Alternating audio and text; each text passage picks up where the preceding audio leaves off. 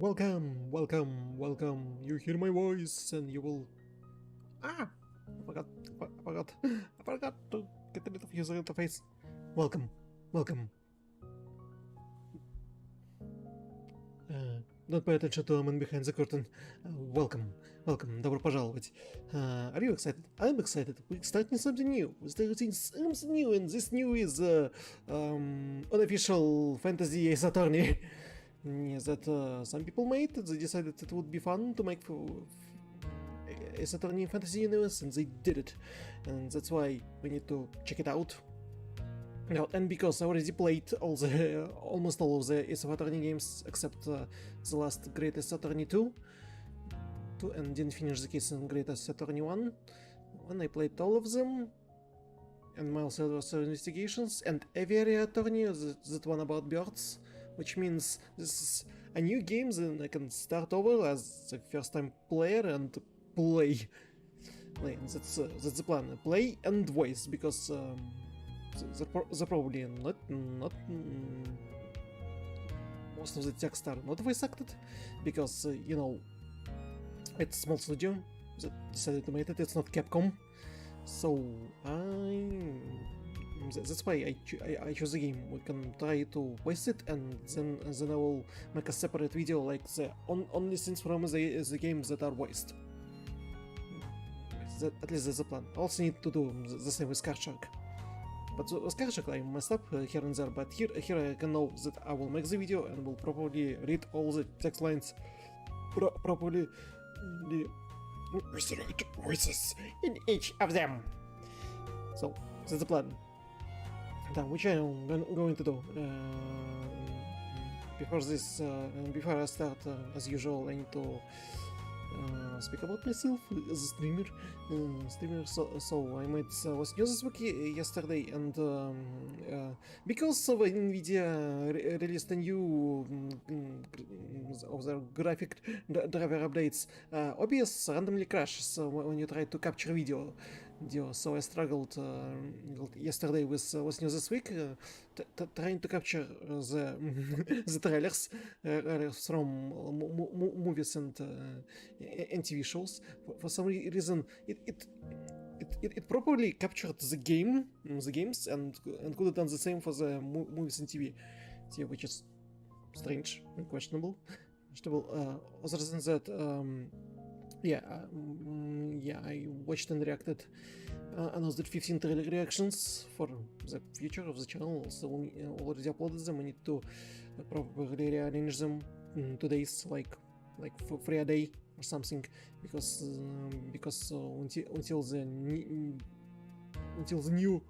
new showcases there probably would be a long time, like a month until Gamescom, and Tokyo Game Show would be at autumn.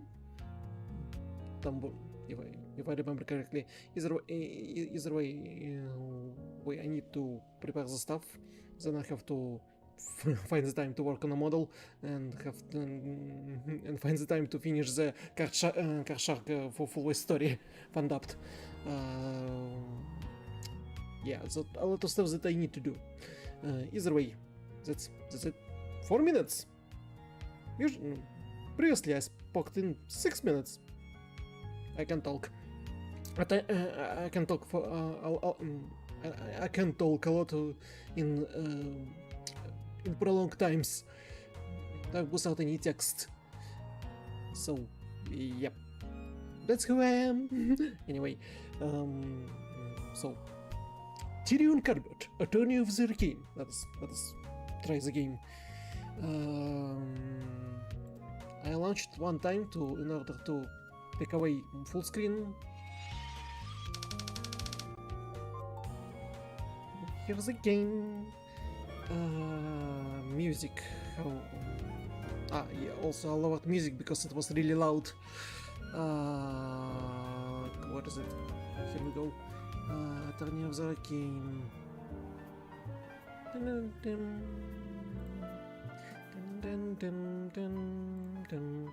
Okay, so settings, music.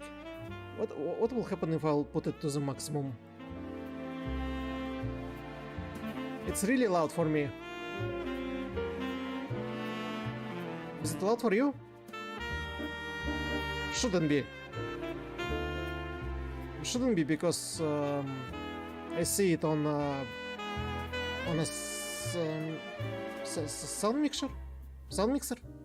So on OBS it seems fine. Okay.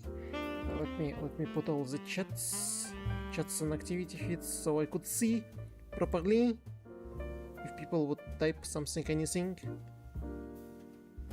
Chat was there. Okay. Oh, should I make myself bigger?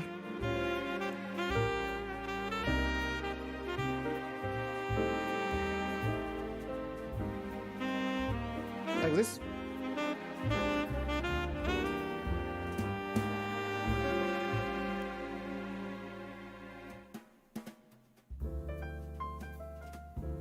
Like this? Ah, too big.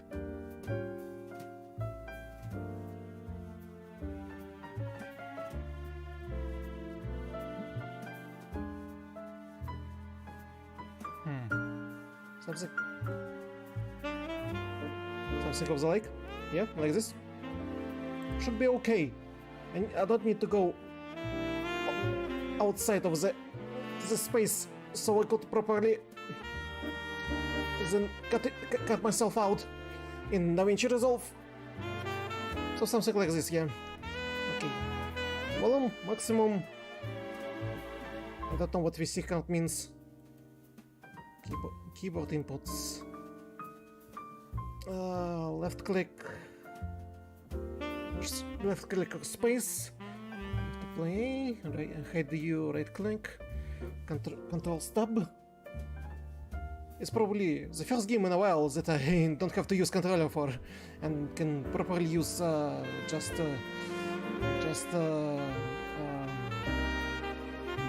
and on notes, just mouse and keyboard. Yeah, let's... Okay, are we starting? We're starting? Oh, the cold-hearted aristocrat, the Walking Dead, origin of the Horus. Why can't see beyond the case 3? Oh, keys for 7 dice. Attorney of the King is 5. 5 cases like an Saturnus, okay. Oh. Starting from the number 1. Yep.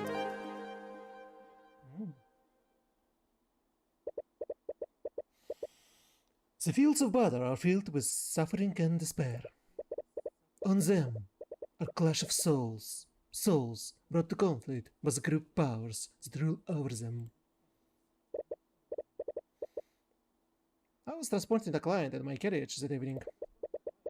We were driving by the McCoy Tavern when we heard a disturbance.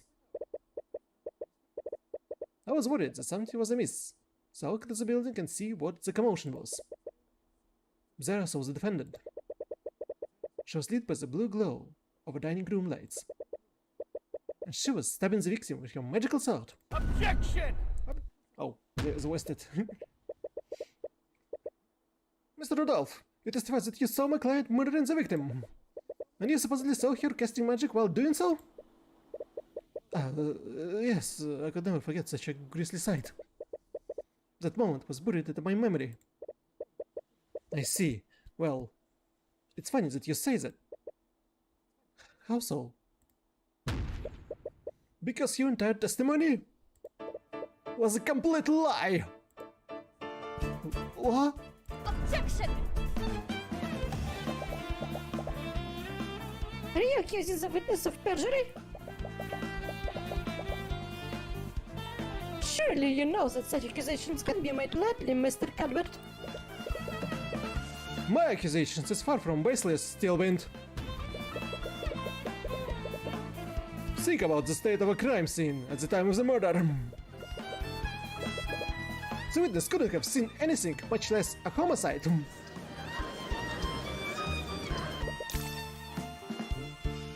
He knows something. But on this battlefield, there are still few people who carry the ideals of justice within their hearts. But you have to wonder sometimes, are these ideals truly just? Or are they simply lies fed to us by our elders? Damn it. Damn it! Finhart, you're full! Why couldn't you have just listened to me?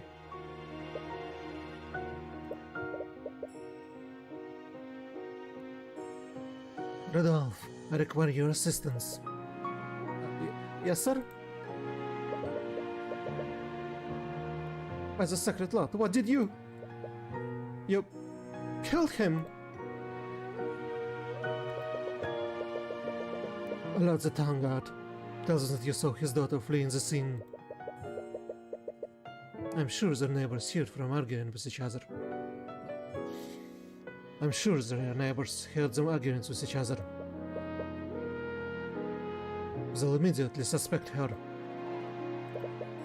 At once, sir. Opposite 1, the cold-hearted aristocrat. Earlier that day.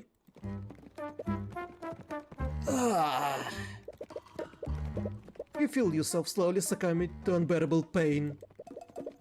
You don't think you'll be able to survive this much longer. Are you sure you're okay, Cuthbert? You look like you're about to pass out. Ruby Timora. Occupation, attorney. Don't worry about me, Miss Timona. I'm fine. You've been riding this carriage for days. You're definitely not fine. You see each bump on the road. You feel yourself becoming more and more nauseous. It's taking every ounce of willpower just to hold down your lunch. I'm perfectly fine. If you say so. You feel the carriage drive over the large bump on the road. You can feel and hear your stomach retching in protest. That stew you ate for lunch doesn't taste nearly as good as the second time.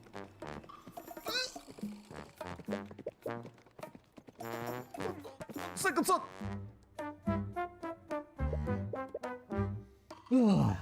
That's better.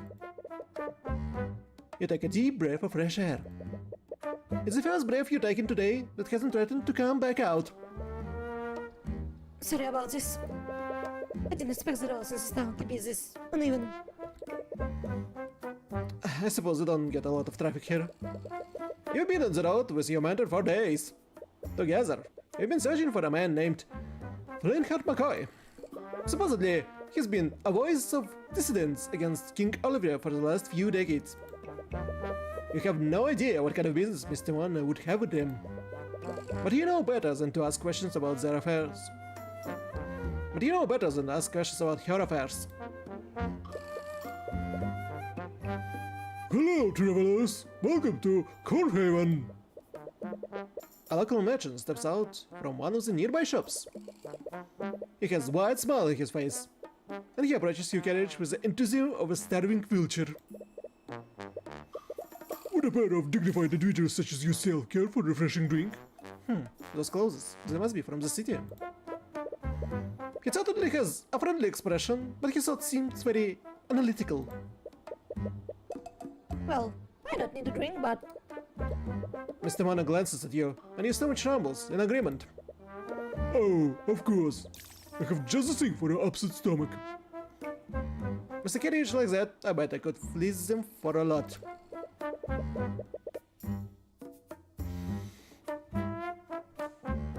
His thoughts and emotions are laid bare through your eye of Horus.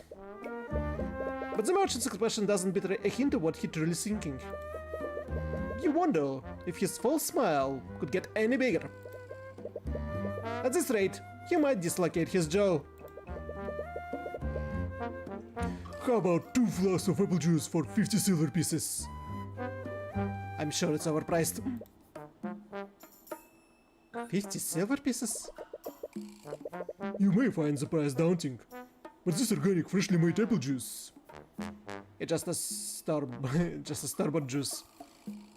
But I bet they can't even tell the difference. Out of the corner of your eye, you spot an empty bottle of a Starbucks apple juice. It's resting on a table inside the merchant shop. Starbucks apple juice has been added to your notes.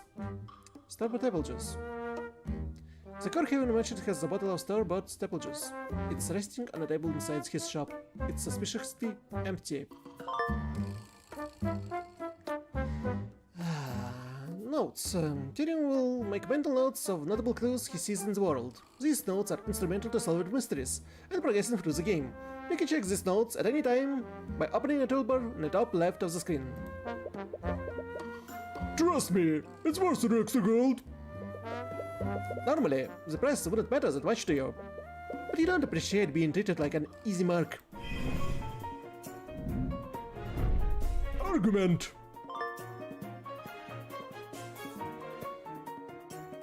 Arguments. You start an argument with another character. During an argument, your opponent will make claims that you need to respond to. Responding correctly will lower your opponent's confidence. Responding incorrectly will lower your confidence. And once you run out of confidence, you will lose the argument. Like in real life. I think you need to elaborate. You said that this apple juice is organic, but where is it made? It's produced by hardworking people of this town, of course. I only trade organic products. In a small town like ours, we only deal with locally sourced products. Presenting your arguments. For certain claims, you will need to present a piece of evidence to refute that claim. To proceed, present a little piece of evidence that contradicts your opponent's claim.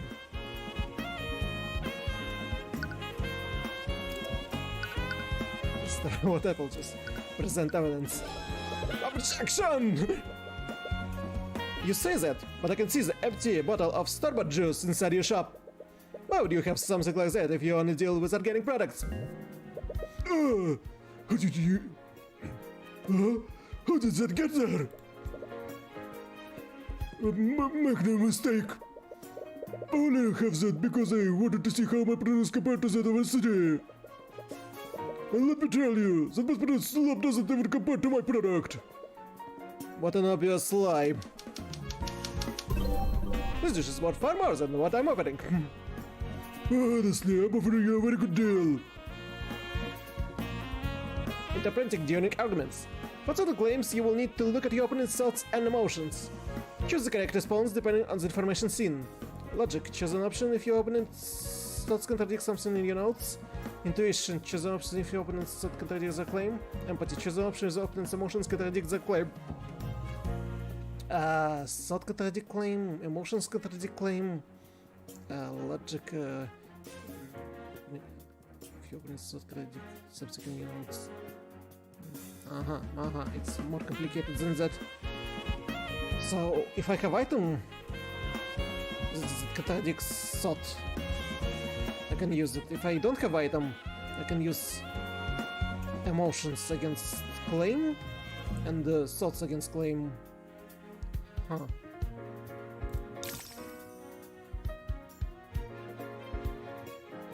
I usually only sell the stuff for... I usually sell the stuff for 5 silver pieces a flask. This is worth far more than what I'm offering. No emotion,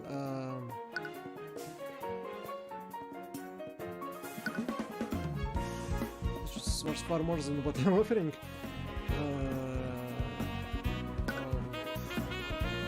Intuition. Sir, it's obvious this flask are only worth 5 silver pieces. Whoa, how did you? Well, it's clear you're very shrewd man. Right? Argument 1. Yay! I'm so thirsty! Out of the corner of your eye, you spot a child watching you from afar. Yours are fixed on the flask of apple juice. I'm so thirsty.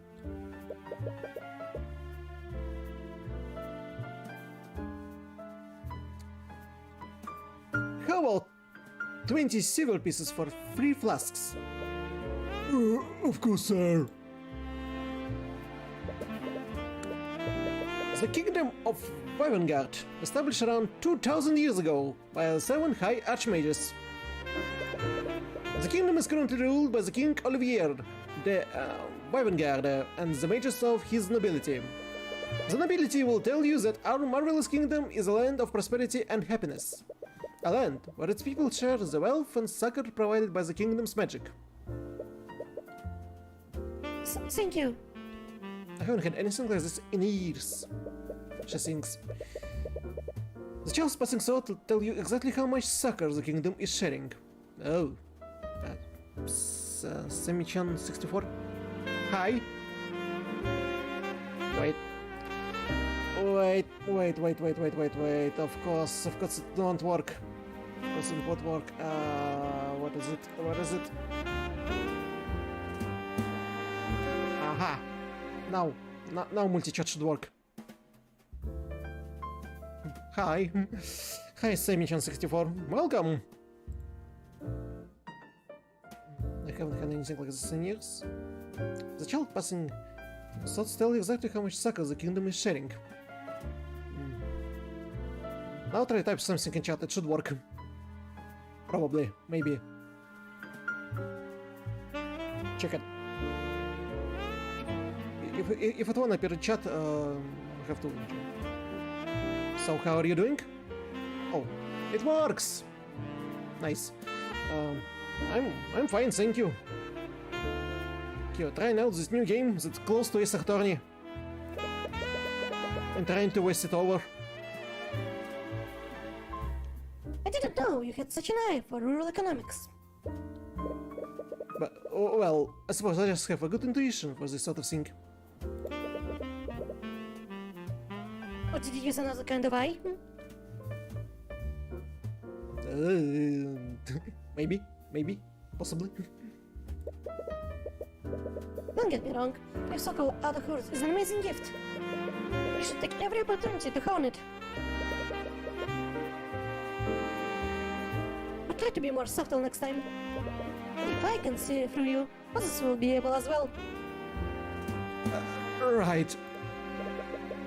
Anyways, I did some asking around while you were haggling. Supposedly, the McCoy Tavern should be north of here. North? If my tip is correct, this should be the place.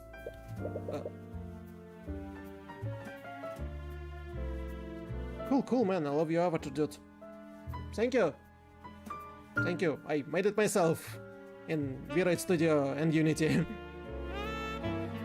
And I will update it in the future.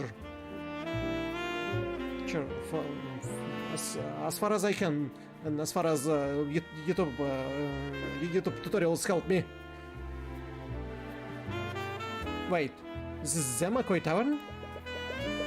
But the saying it is, calling this town is being pretty generous. You find it hard to believe that this has a secret meeting place for dissidents. But now that you think about it, maybe that's the entire point. This tower has been shut down for years. No problem, it's sick. Well, I try my best to. I made myself fantasy. Nowadays, McCoy just uses it to host his rallies. Although, I do wonder, has he been keeping himself afloat?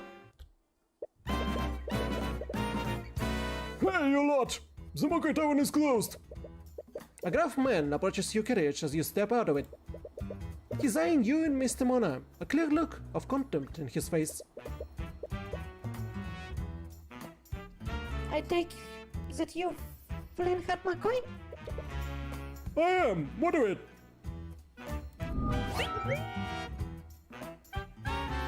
Name, Flintheart McCoy. Occupation, unemployed. Unemployed?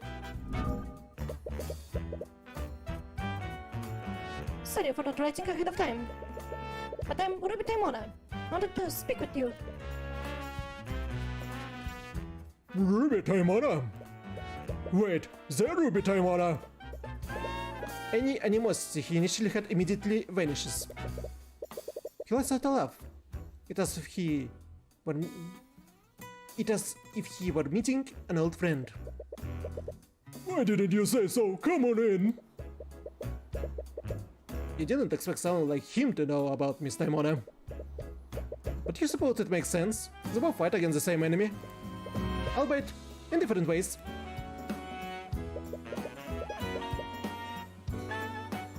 Sorry about the mess. We hadn't exactly been... Well, anyways, what brings you here? I take it you did a journey all this way to see my record tavern. I'm here on behalf of a client. I have a proposition that you might be interested in. Is there anywhere where we could talk more privately? Sure, the kitchen is empty. Wonderful. Tyrion, stay here while I speak with McCoy. What? Don't you need my help? There's no need for that. Like hell, there's no need for that. If she's trying to make deal with Flintheart, you can easily read his thoughts and figure out what he wants. You desperately want to object, but she shoots you a stern look that makes you freeze up. You slowly look away from her. Okay. You spend quite an amount of time waiting in the dining area of the tavern. It's already been hours since Miss Taimona and Flintheart went to talk in the kitchen. You can hear faint murmurs from behind the closed door. You've been resisting the urge to eavesdrop. But even from here, you can tell that their conversation is slowly becoming more frustrated. It looks like they're going to be a while. Well, it's a good thing you always bring a chess set around. You bring out the small chessboard that you carried around since you were a child. Really? Really? Chessboard? Just like that? Chess can be played with one person, and you always taking advantage of that. Checkmate. You win against yourself, this time as black. I played 10 games already, and I won 7 out of 10 times as black. How can you lose to yourself when you play with yourself? Hello. Statistically, white is more likely to win. Unbeknownst to you, you're thinking out loud. So why am I performing so much better when playing as black? Hello? You still don't notice her, and you're verbalizing your thoughts just as fast as you're speaking them. Am I becoming overconfident as white because it has a first move advantage? Or perhaps that very advantage is affecting my choices and making me play in suboptimal manner? If a personal cook is making me play logically, then I need to correct it. Hey! What? How long have you been sitting there? It's about time you noticed me! So far I'm getting interested in this game you're playing. Well, it's a fantasy ace attorney. So if you ever played Phoenix Wright and Apollo Justice Ace Attorneys, it's the same game, but from indie studio that made it in fantasy world. So it should be interesting to play, because it's a little bit different experience from this other game series from Capcom. Did I waste her? Just in case, let's do it again. It's about time you noticed me! I've been trying to talk to you for a while now. Oh, sorry. Do you know where my dad is? Your dad? Flintheart McCoy. Flintheart McCoy. I'm his daughter, Celeste. Occupation mercenary. Name Celeste McCoy. Oh, Flintheart is speaking with my mentor right now. Oh, I wanted to show him something. Do you know when it'll be done? I don't know. They've been speaking in the kitchen for a while now. You hear Flintheart and Mr. Mona's voices getting louder and more frustrated, but Celeste doesn't seem to notice. Her eyes seems to be focused on your chessboard. This is chess, right? Are you playing against someone? Oh, I'm playing against myself actually. Oh, that's... You feel a judgmental stare. The white-haired girl gives cute little hot-headed vibes? Maybe. Possibly. They just said she's a mercenary, so she probably is. You feel a judgmental stare. Playing alone helps me develop new strategies. Plenty of professionals do it. Hey, I'm not the type of shy man for playing with himself. Ah, wait, look. I didn't read it right. Hey, I'm not the type to shame a man for playing with himself. Cheeky. That was a cheeky line. That's, Relax, I'm just joking. Anyways, if you're still waiting for your mentor, do you want to play a game? Oh, you know how to play? Sure, I've read about this before. She read about it.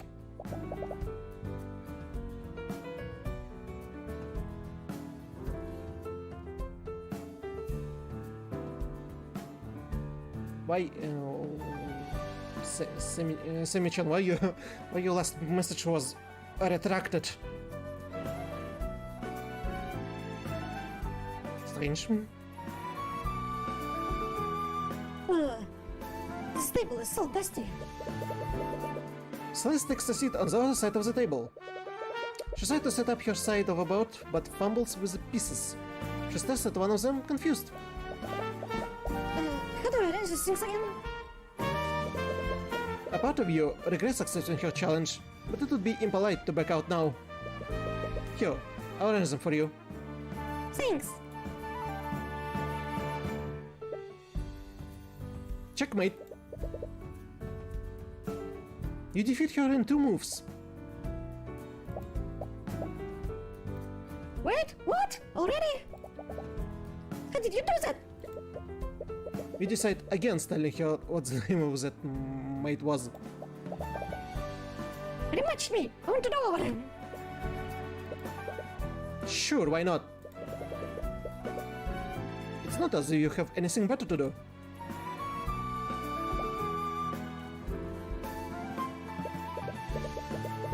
Celeste's brow furrows as she tries to decide on her next move.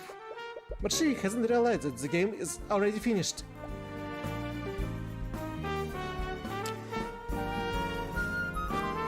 Here! She moves her knight in a position to attack your queen. It should have stopped your assault on her king, but... yeah, it was. But why?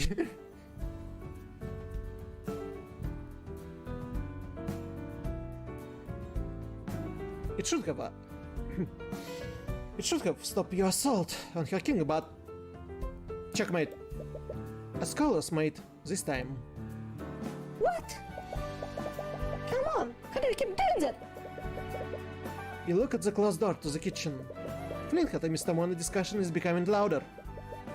It doesn't sound like they will be done anytime soon. Again! I'll definitely beat you this time.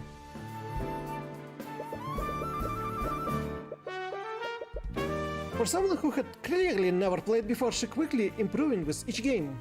It's impressive. She's observing your strategies and adapting them to her playstyle. With the way she's playing now, she could even defeat a nationally ranked noble. Checkmate. But even so, you've been playing this game for a lot longer than she has. Are you always one step ahead of me? It's like you're reading my mind. As if you even needed to. Just one more game. I'll get you this time. Hello, Cuthbert. Mr. Mona emerges from the kitchen with Flintheart. They both look mentally exhausted. It looks like negotiations didn't go well. Hi, Dad. Oh, hello, sweetie. Flinka looks irritated, but as soon as he sees Celeste, he quickly hides it behind a smile. You wonder what the discussion was about. What's this? Some kind of game? Mr. Mona glances at pieces on board. Don't feel too bad about losing to him. He nationally ranked. Oh, you're a professional. That's why you're wearing a suit. No, just a hobby. I'm actually a defense attorney. An attorney? Speaking of which, we should probably be on our way. Hi. Sorry for refusing you after you came all this way. I really respect what you're doing. But I don't want anything to do with you, mage friends.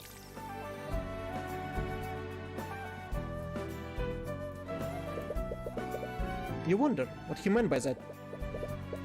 Was Mr. Mona trying to introduce him to one of our clients? Anyways, it is getting late. If you leave now, you won't get back to the city until morning. She's right. This region is littered with bandits and brigands. You don't want to run into them this late. I guess you have a point. We have plenty of empty rooms that you can stay in. We have plenty of empty rooms that you can stay in until morning. It's the least I can do after you come all this way. Well, if it's not too much trouble, might as well stay here until tomorrow. The tavern is shut down. We still have some sheets and blankets. I'll go get the rooms ready. Celeste and Flintheart leave the dining area to get your rooms ready. You left in the dining room with Mr. Mona. So, I take it that negotiations didn't go well? No, I didn't expect him to be so stubborn. Honestly, I have no idea what that man has against mages. Well, there's one way to find out.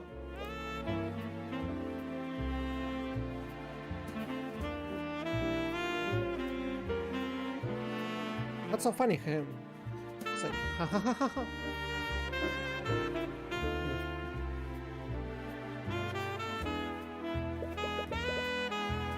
Why are you being so secretive? If your business with Flintheart is related to our clients, I can help. It wasn't important. Your presence was not necessary. That is such an obvious lie, but you can't read a single thought from her mind. She had years of practice hiding her thoughts from Eye of Horus. Celeste enthusiastically came back downstairs, but she seemed to have noticed the tension between you and Mr. Mona. Sorry to interrupt, but your rooms are ready now. Right. Thank you. An awkward silence hangs in the air as you and Mr. Mona head upstairs. We reach the upper hallway and see the two rooms that Celeste prepared for you. You're so sad. Mr. Mona stopped before entering her room. You were playing chess with Flintheart's daughter earlier. Was she any good? Not at first, but she got a lot better as we kept playing. I'm sorry for leaving you there for so long. I didn't expect our discussion to last that long. No, it's fine. Despite everything, I enjoyed playing against her.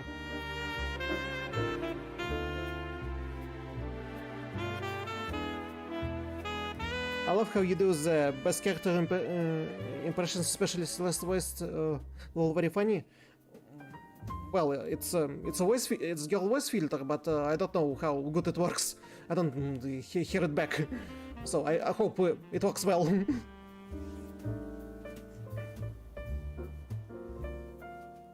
No, it's fine. Despite everything, I enjoyed playing against her. I see. Well, so you are at that age. No, it's not like that. Just that outside of tournaments, I now really get to play against another player. And you only ever want to play Shogi against me. Because Shogi is clearly superior. It's a complete anarchy, is what it is. You just bring fallen pieces back to life like some kind of a necromancer. It has depths. It opens at a dimension of play that isn't present in chats. You sternly look at each other. Your position's already made, hmm? After a few moments of silence, you both burst out laughing. So, they were arguing about chess and shogi for a while. I'm sorry if it looks like I don't trust you. No, you're just trying to help. But there are some things about my work that I just can't tell you about yet. But one day, I'll tell you everything. Alright, I'm sorry for prying. I'm just want to show you I'm ready to be an attorney. You are. I know you are. The rare praise from your mentor catches you off guard. Anyways, get some rest. You should mentally prepare yourself for the journey tomorrow. Right. You completely forgot about the carriage ride back. You can already feel your stomach churning in protest. Oh. You lay in the bed that the McCoy prepared for you. And as you close your eyes, you slowly drift into deep slumber. As this happens, you feel something invasive. Your mind drifts away, and you feel yourself being pulled elsewhere. You find yourself in a surreal and unsettling landscape. You're faintly certain that you're dreaming right now, but some instincts in the back of your mind tell you that something is fundamentally wrong about this. What are we in the Fate Heavensville? Is it Dark Sakura? You see a woman in the far distance. She's staring directly at you. What? Presence. She's murmuring something, but you can't quite make it out. Is she trying to say something to you? Finally. Found.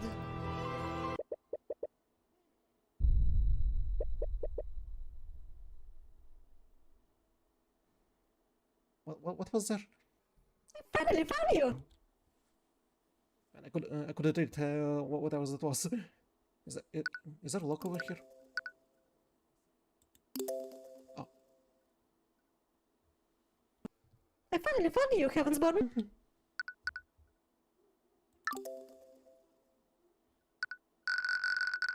Convenient menu. Good it was here. You jolted wide awake. You can't exactly remember what that woman said to you.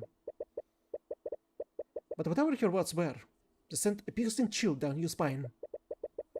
Your breath is heavy, and your heart is beating 100 miles per hour. Calm down, it was just a dream. At least, that's what you try to tell yourself.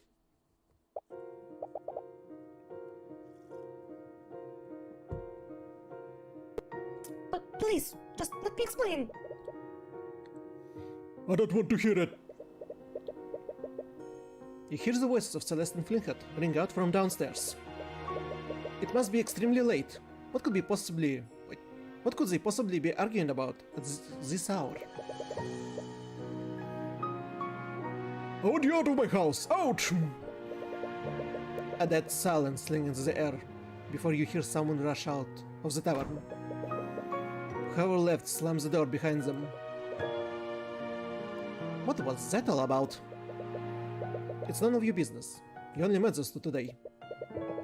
It would probably be best not to get involved in their affairs. And as you tell yourself that, a brief image of Celeste's smile appears in your mind. Damn it.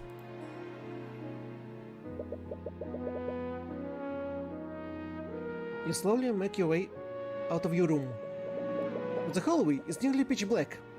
You can barely see a few inches ahead of you. You have to watch your step to avoid tripping.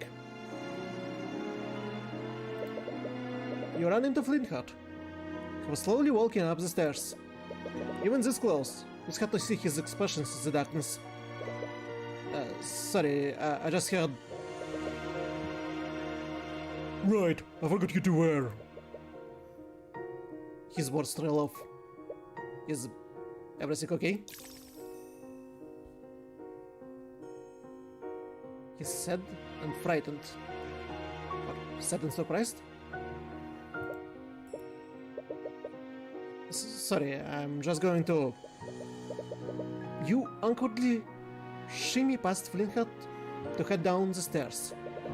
He doesn't move out of your way. It's clear his mind is elsewhere. You arrive at the dining room, but you don't see Celeste anywhere. Oh. Oh no. Honestly though, it's hard to tell just how dark the room is. Celeste, are you still there? Are you still here?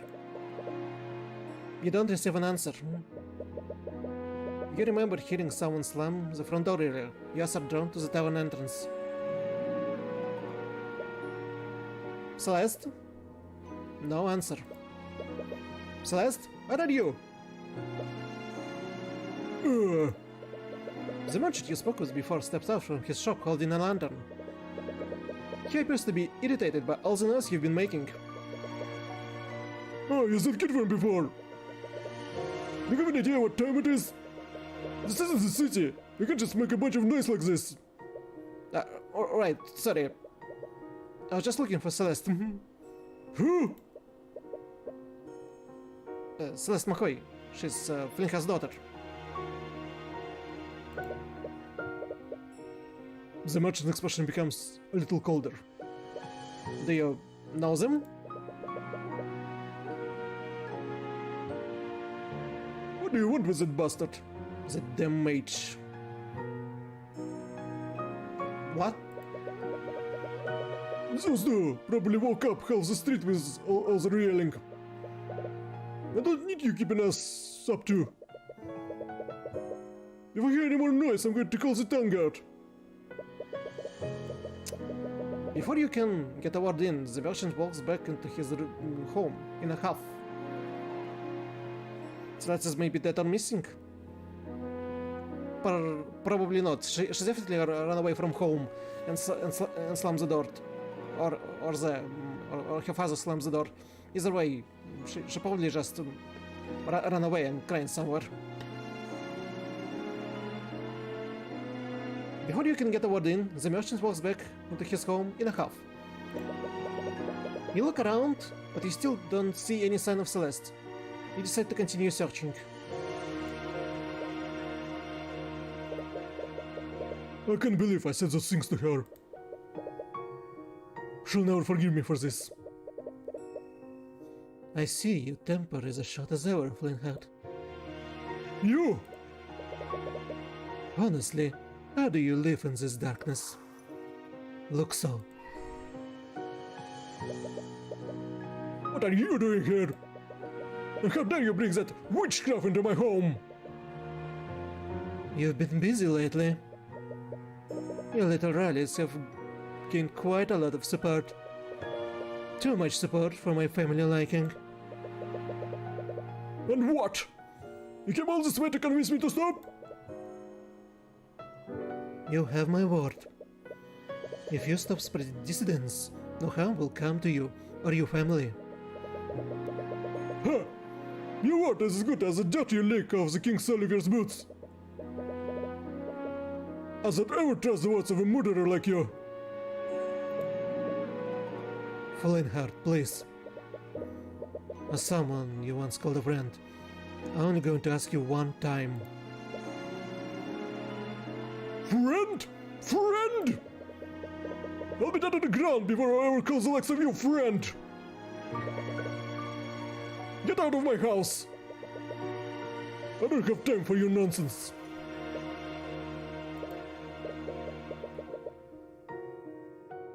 Unfortunately, I don't think you'll have time for anything. Unfortunately, I don't think you'll have much time for anything.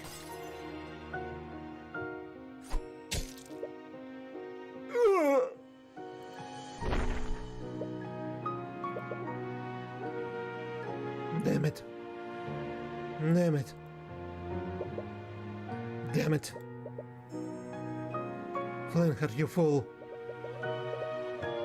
Why couldn't you have just listened to me? Rudolph, I require your assistance. Yes, sir? Where's the skill dot? What did you... You killed him? Allowed the town guard. Turns that you saw his daughter fleeing the scene. I'm sure the neighbors heard them arguing with each other. They'll immediately suspect her. At once, sir. You've been searching for Celeste for a while. How long have you been outside? 2 hours? 3? How long it's been? It's clearly taking a toll on you. Where is she? What am I going to do now? You hear a faint voice. Could it be? Oh, As you peer behind the old tree, you finally find her. She looks just as tired as you are, probably even more so. Her eyes are puffy and red, but she's doing her best to hide it with a smile.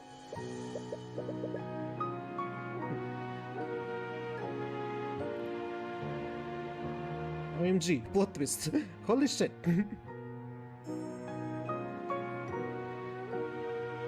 Built-in YouTube moderation didn't want to show this comment, but it's okay. I've been looking all over for you.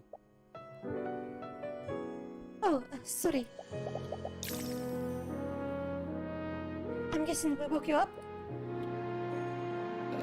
Yeah. Is everything okay? It's nothing. It's just an argument. Shell says sad and surprised.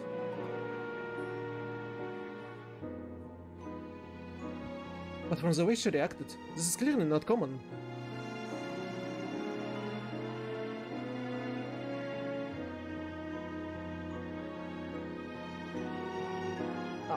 Oh yeah, Semi-chan, don't rely on caps letters, or like built-in moderation will not show the message.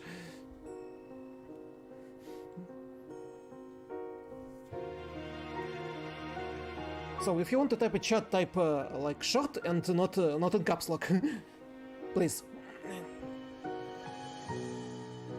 From the way she reacted, this is clearly not common.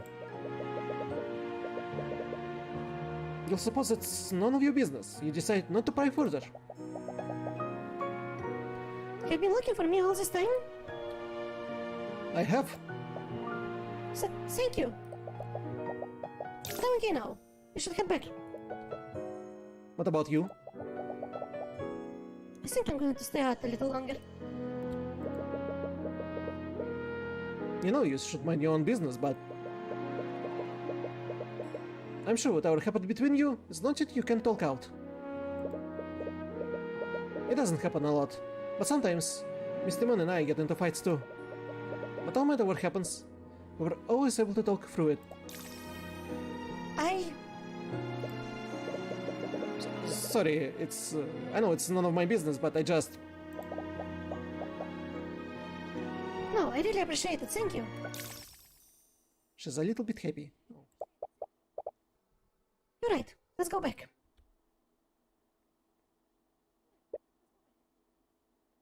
What?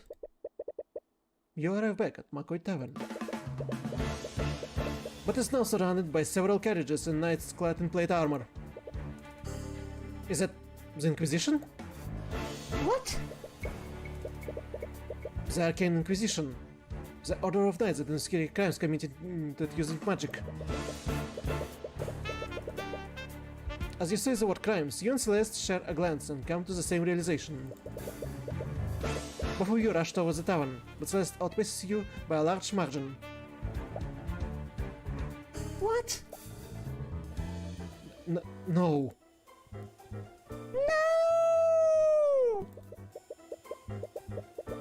She reaches to the tavern before you, and before anyone can stop her, she takes a look inside the inn. Whatever she saw makes her cry out in anguish. She falls to the ground in tears.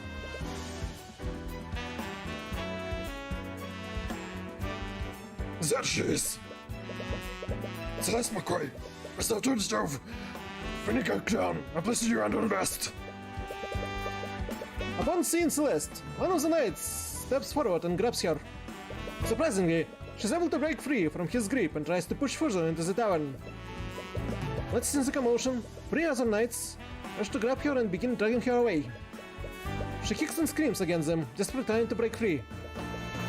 Even between the 3 knights, it's taking all the strength to subdue her. What are you doing to her? What's going on here?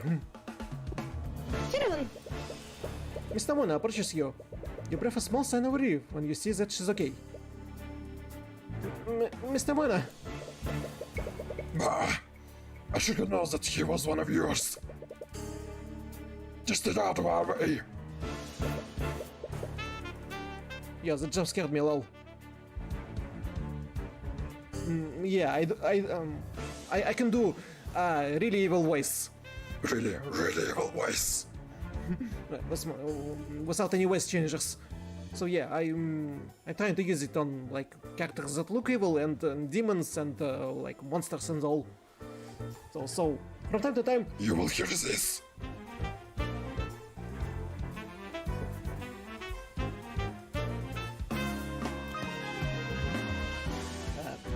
Mr. Mona, what's going on? Why is the Inquisition here? I'm surprised myself. From what I understand, King McCoy has been murdered.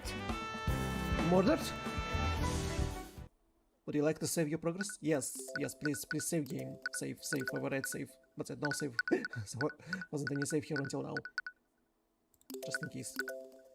Okay. The game saved. You follow the Inquisition back to the city where Celeste is being detained. According to Mr. Mona, Celeste was the prime suspect in Fallenhat murder. And due to the supposed nature of the crime, her case would be pushed to trial immediately. But many elements of the situation still don't make sense. The Inquisition only investigates crimes committed using magic. So why is Celeste the prime suspect? Could she be a mage? This is ridiculous. She has a right to speak to an attorney. Anyways, you find yourself met with another hurdle, a very frustrating one. Yeah? Well, we can't let you see her until she's been possessed. Her trial is in an hour. How has she not been possessed yet? I don't know what to tell you, kid. I wish I could yell. Wait, I wish I could help. you don't need to, of course, know that... You don't need to use the I to know that's a complete lie. So, you plan to defend her? Do you know if she can even afford a lawyer? I just can't stand here and do nothing. You saw them, didn't you? There's no way she would murder her father like that. I know that look.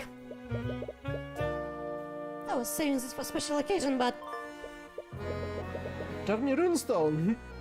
A magical runestone that allows you to take pictures of crime scenes and write notes telepathically. Every attorney has one. It owns like much for them. Nice. Nice little bit Easter egg to a Attorney series. Attorney runestone has been added to your notes. This is an attorney runestone. if you're going to defend her, you're going to need one. They begin to tear up. You wanted one of this ever since you were a child. It's basically a badge of honor for attorneys. Don't cry, Cuthbert. Sorry. Anyways, keep one thing in mind. If you try to defend her, the Inquisition isn't going to fight you fairly. Our court system only exists to create illusion of justice. They hate people like us, and they do everything in their power to sabotage you. Damn it. I knew that they tried to get in your way, but you didn't expect them to do it this blatantly. What is all this noise? You! You're that knight from the tavern! Is it Commander Red and White to you, kid? Occupation, knight. Name, Orin White. I had a feeling the mother would be sniffing around this case. But I didn't expect her to send a kid to do her dirty work. Commander! He said that he wants to talk to the mage! And... she got a right to an attorney, doesn't she? Well, she hasn't been processed. Commander White looks confused for a moment. The hell kind of bullshit am I trying to pull? Let him show you, idiot. Yes, sir. The knight leads you through the halls of the dungeon. For something built at the capital, it looks extremely old and decrepit. Prisoners are sad, angry, and... is it surprised or fear? Surprised or fear? Maybe both. You pick up a negative emotions of the prisoners nearby. It is heavy and almost crushing feeling. You always had to avoid crowded places because of how sensitive you are to people's thoughts. You never felt this much concentrated despair before. Oh, it's you! Celeste is lying down on the cold floor of one of the dungeon cells. She immediately gets up as soon as she sees you. What are you doing here? Mr. Mona told me about what happened to your father. I'm so sorry.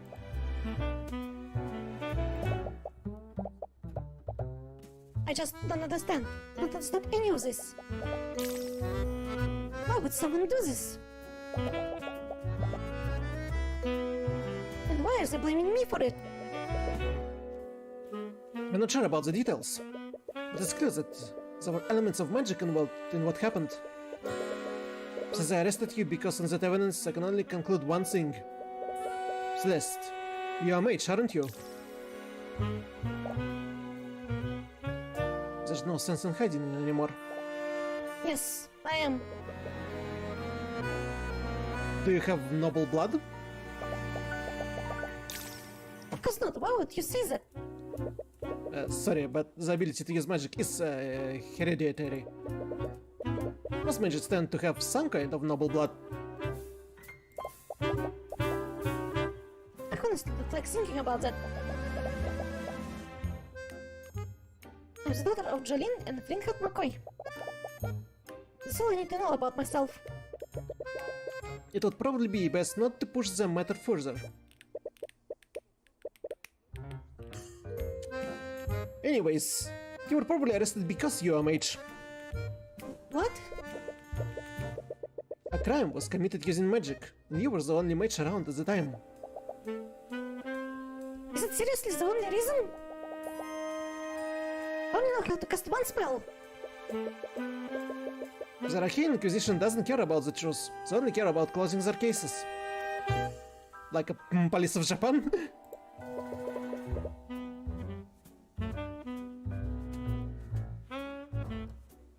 Celeste, your case is being pushed to trial. You're going to be brought before the judge within an hour. What? No one told me anything. Damn it. Is that even planning to telling her? If you'll help me, I'd like to be your defense counsel for the trial.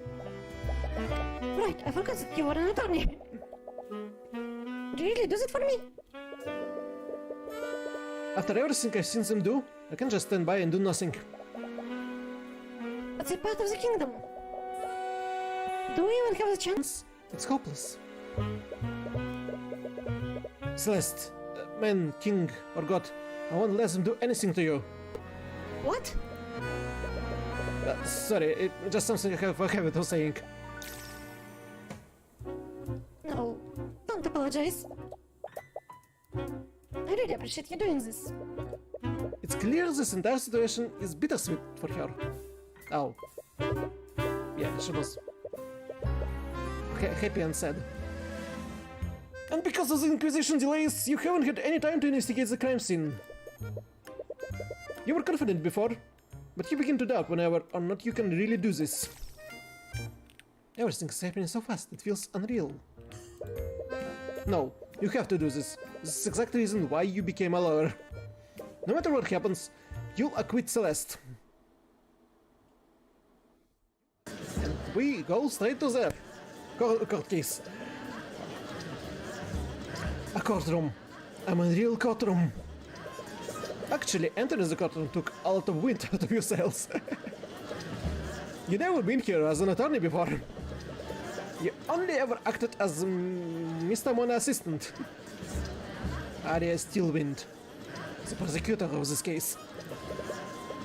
Soon the prosecutor bench is staring at you. Mr. Mona mentioned her before you went to see Celeste. What was her name again? You think it was Arya Steelwind? Arya Steelwind, occupation prosecutor. You can feel the coldness of her glare brewing into you. Why is she staring you down? Is she trying to intimidate you? Because it's working. Old man. How do I portray an old man? Court is now in session for the trial of Celeste McCoy. Yeah, I suppose it's the only one I can do probably that will be different from each other voices. The prosecution is ready, Your Honor. The defense is also ready, Your Honor. It doesn't necessarily sound very ready. Regardless, let's begin the proceedings. Prosecutor Steelwind, please, list the charges.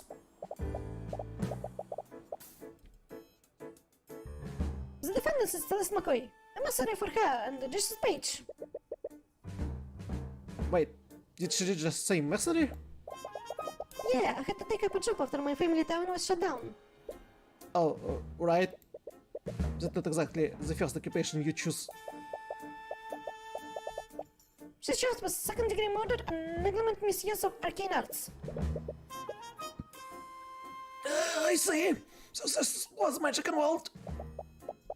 Yes, the crime occurred within McCoy Tavern, a local inn that shut down years ago. Zolkas reported hearing a loud commotion coming from within the building.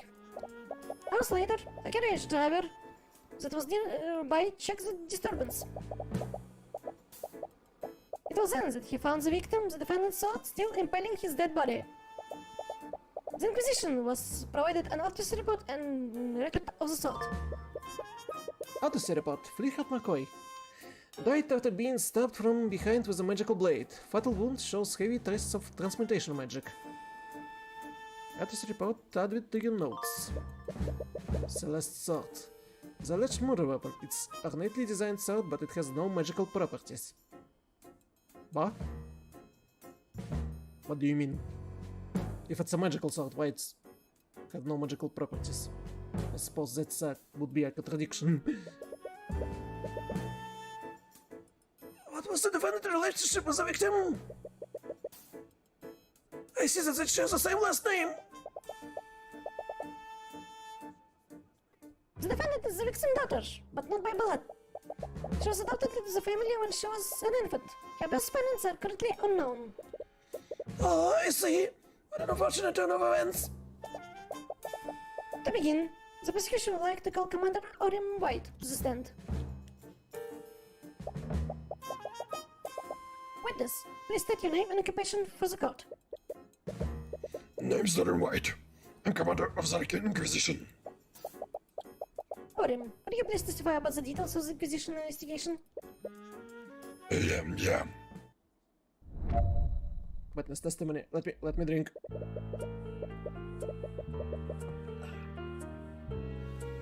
I got a call late at night. Someone discovered a dead body inside the McCoy Tavern. When we arrived at the scene, we found Fleetheart McCoy dead on the floor. The defendant's sword was still inside of him. We have several witnesses who heard the victim and defendant in a loud argument because the body was discovered. The argument must have turned ugly because the defendant killed the victim using her magic sword. Isn't that really incriminating? One of your possessions is a murder weapon.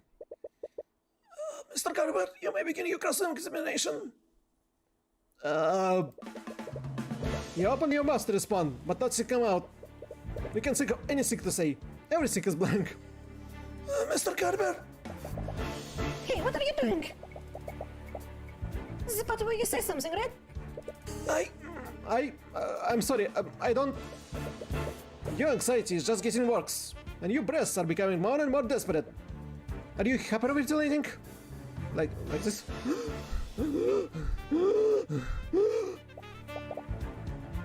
Huh, what a disappointment. I was hoping to fight against the infamous Rabbit today. But it's clear you can't even hold a candle to her. Your Honor, it's because the defense has nothing to say against the prosecution or the evidence. Yeah, this case is pretty open and shut. No, wait! This is what's supposed to happen. I'm sorry, Tyrion. I couldn't acquit Frey. She was found guilty. What? But it means... Are they going to execute her? No, not again. Are you seriously going to let that happen again? Tyrion, Celeste grabs your shoulders and shakes you out of your panic. you need to calm down. Her gaze is calm and focused despite the gravity of the situation, but she looks stern, not angry. I'm sorry, I didn't mean for this to... Stop, just listen to me. You know what to do, right? Just do it the same way you play chess. What? I don't know. You were just so calm and focused when we were playing before. No matter how close no matter how close I got to beating you, you always knew how to stay calm and win. So just channel that feeling and look at the pieces. That doesn't make any sense, and yet... You take a moment to focus and let everything else disappear from the world. Every statement that he made, every word that came out of his mouth, each of those is positive. Each of those are What's happening? Each of those is a possible weakness that you can attack. Every bleak moment can be turned around. You just need to consider every angle. My apologies for the delay, Your Honor. The defense is ready to begin cross-examining the witness. Very well. There we go. Thank God that worked. Carefully examine every statement he made and find something that contradicts the evidence in your notes. Once you do that, present the contradicting evidence and prove that his testimony is false.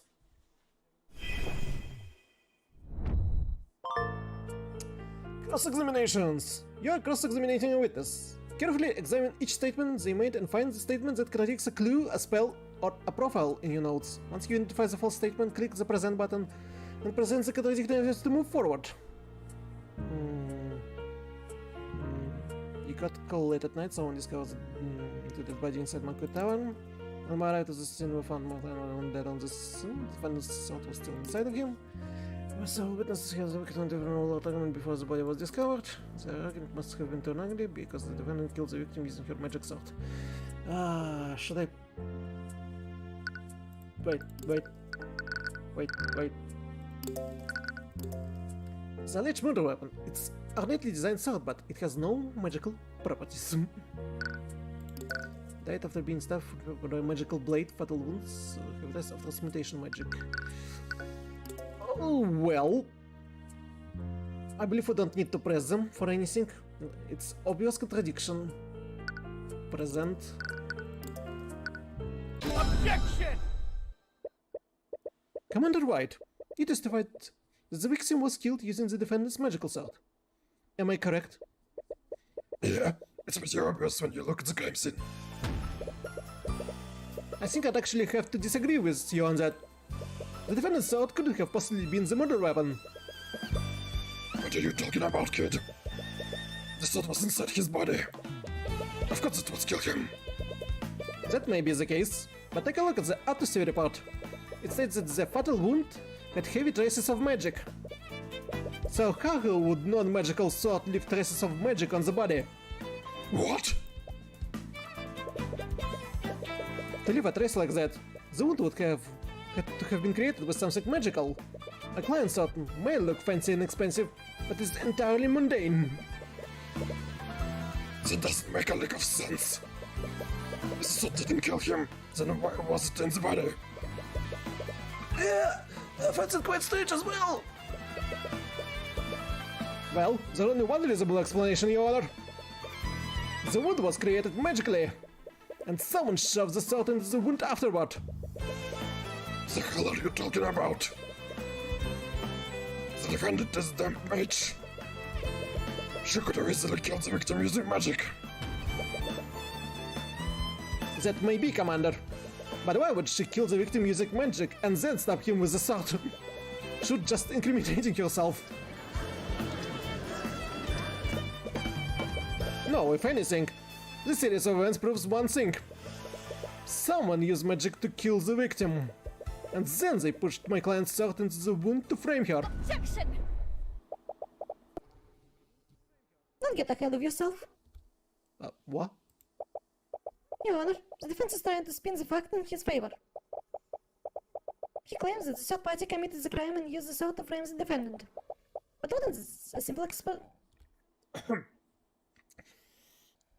But wouldn't a simple explanation be this? Magic was being channeled through the sword at the time of the death. That's what led the magical trace on the body. Commander, please tell the defense how the murder was committed using magic. What? Alright. I think I see where you're going with this. Witness testimony. More of it. Let me drink.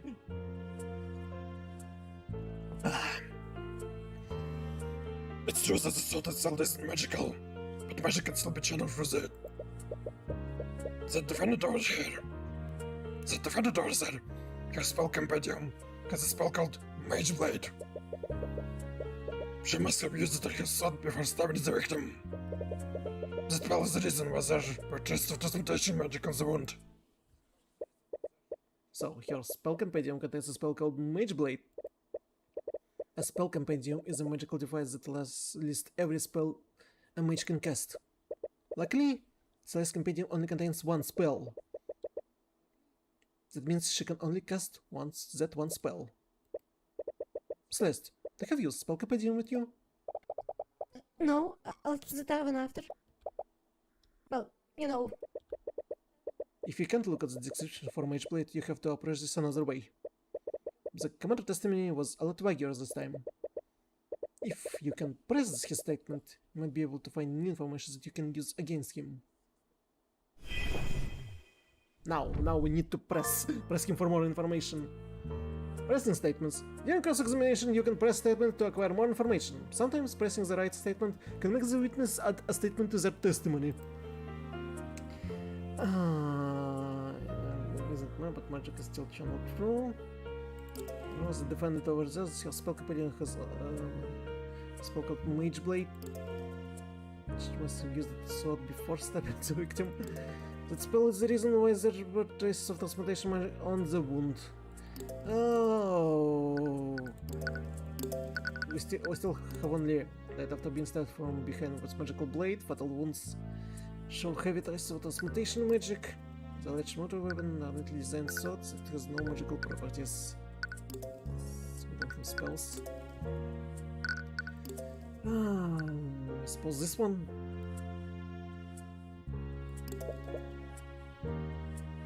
Mage Blade?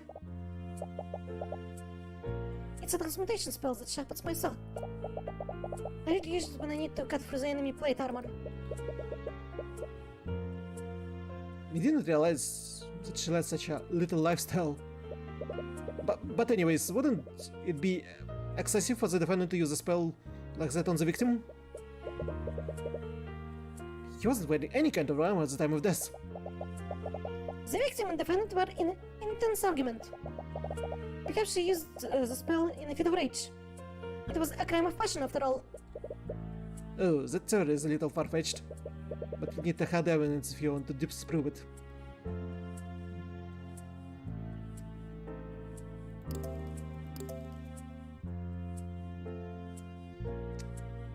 so no nothing new was added to the statement, so... Are you saying that my client used the spell and channeled it through her sword? There are a vast number of spells that operate like that.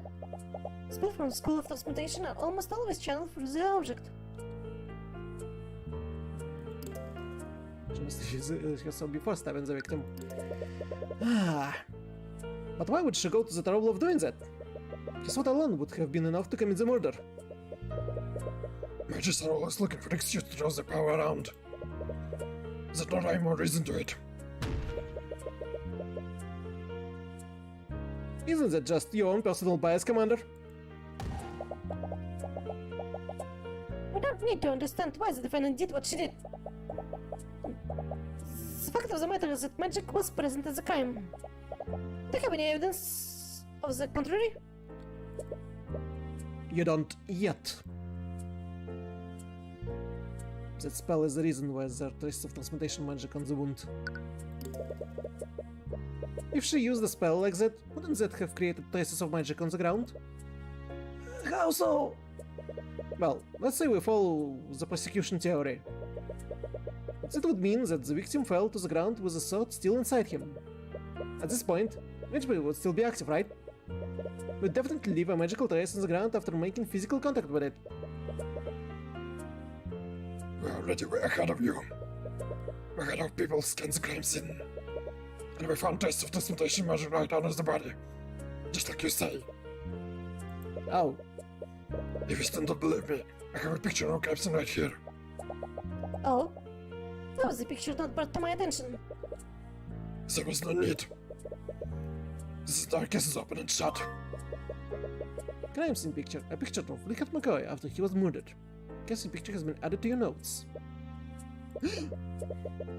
You've seen pictures of that before, but feels different now that the body is someone you knew. Looks like there are traces of magic on the ground. But this shape is a little weird, isn't it? Oh, she didn't like it. She didn't like it at all. What was that just now?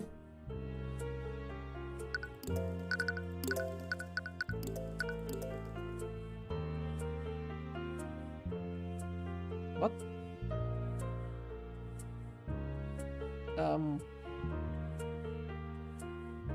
Is it broken vase that he was holding? Oh! I see what the problem is.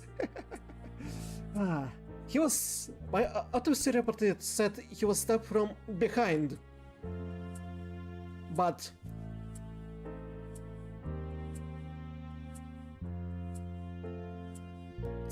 Isn't this the place where you hold the sword from forward?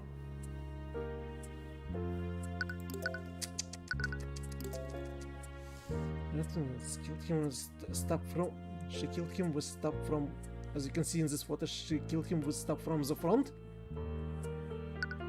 But the autopsy report says that after being stabbed from behind with magical blade.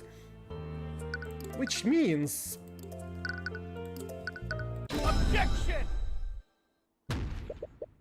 We found another contradiction. I'm sorry, Commander White, but it seems that you presented another glaring contradiction. Oh yeah? And what's that? You said that my client stabs the victim from the front? Am I correct? Yeah. You can see it plain in that picture. So what are your contradiction? That's the thing, Commander. Your picture clearly shows that the victim was stabbed from the front. But the autopsy report says that he died from stab from behind. What? Objection!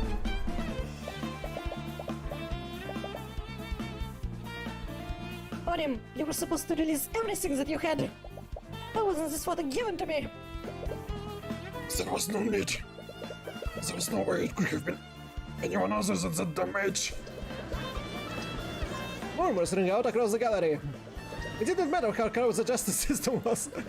They wouldn't be able to cover up such blatant incompetence. You have them right where you want them. Order is a cop! Mr. Cuthbert, what is the meaning of this? I'll tell you what the meaning behind this, Your Honor. As the autopsy report states, the victim died from stomach agitating from his back. But this photo clearly shows that the sword started from his front.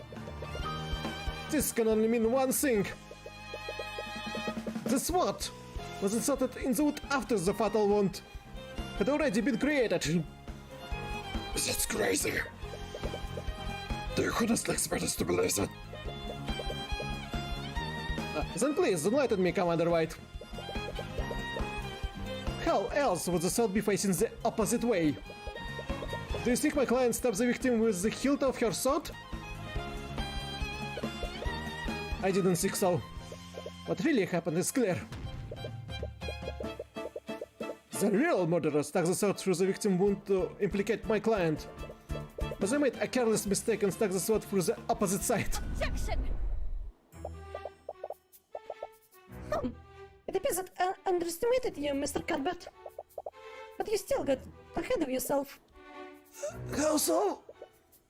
Miss Stillwind, I believe that Mr. Cuthbert had utterly cast doubt on your case.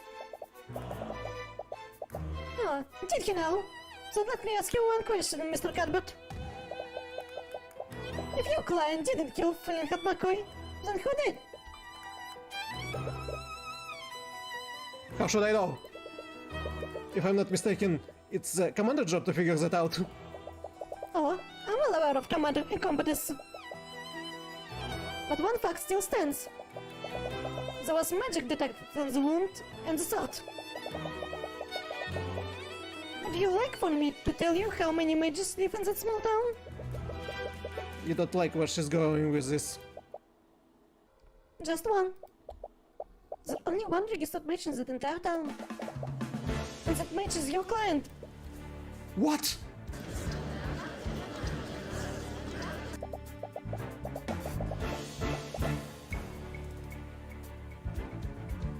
The defendant was also established to have been with the victim hours before his death. She was the last known person with him, and she was the only mage there. In addition to that, we have several witnesses who heard them arguing.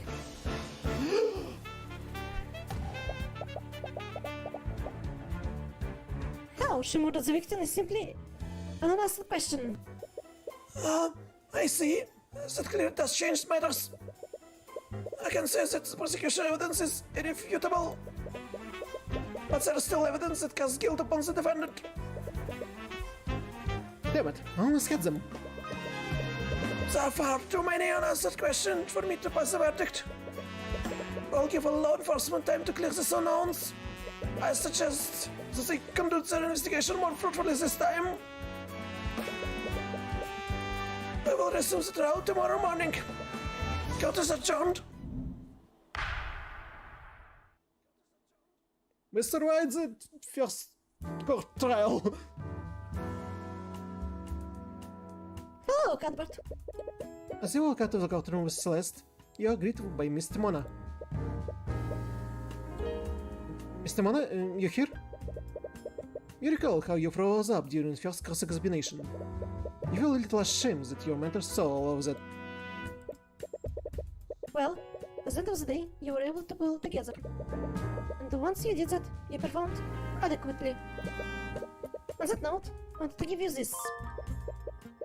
Celeste Spell Compendium. It's Celeste McCoy Spell Compendium. It contains a formula for following spell.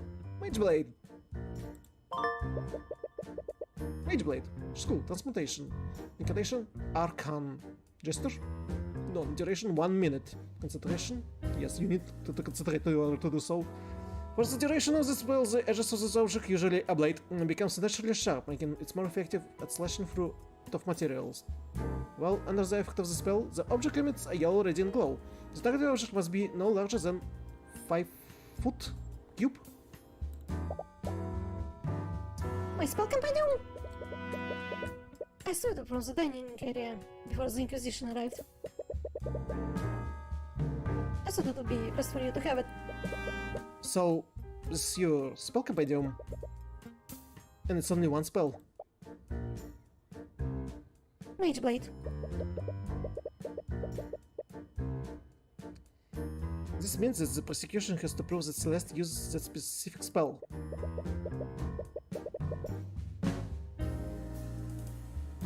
It will strictly their precious case, which give you an edge over them. But that prosecutor is really something else. You mean Prosecutor Stillwind? You can still remember her ripping glare. It gives you chills just thinking about it. You wouldn't even know it. But this was also her first trial. Really? I thought that her inexperience would make for a good first opponent. But that girl, she's natural in the courtroom. It makes me wonder why a Stillwind would choose to become attorney in the first place. What do you mean? The Stillwinds are a powerful noble house. Of the noble families, they're one of a few who answer directly to the king. Those members in their house take high-ranking positions in the kingdom's military. So a bit strange that she chose to become a prosecutor despite that. Stillwind. I feel like I've heard it somewhere before. In any case, I'd rather you focus on the trial. How about today until the court resumes? Right, now that I have time, I'd like to ask you some questions, Celeste. Namely about that argument you had with your father. Oh, You see the bailiff staring... you see the bailiff staring daggers at Celeste. It's like they're waiting to take her back to the court cell. But our question for her will have to wait. I should probably go. Celeste walks away while avoiding eye contact with you. Bring up your argument with Vinhat may have stuck a nerve. I also use this opportunity to investigate the crime scene. I won't be surprised if the Inquisition missed something. You utterly embarrassed them today. Don't expect them to... Don't expect them to make the same mistake twice. Alright, there are still a lot of things we don't know about. As much as I hate to admit it, your skills of deduction far surpass mine. If anyone can figure out what really happens at night, it's you. Yeah, safe. Whew. 1 hour and 30 minutes? Oh. No surprise that I need a lot to drink. I'm doing a lot of reading. Oh. Deep breaths.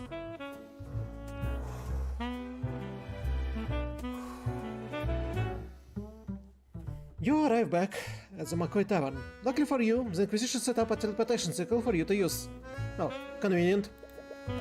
With that circle, you could magically teleport between the capital and the crime scene instantly. Instantaneously. It's definitely miles better than having to travel by carriage. Oh, it's you. What are you doing here? Commander White takes notice of you as you enter the tavern. It looks like he's working with a team of knights to investigate the crime scene. I'm the defense attorney in this case. I have just as much right to investigate the crime scene as you do. Yeah, whatever. Just remember, I got my eye on you, kid. Can I examine?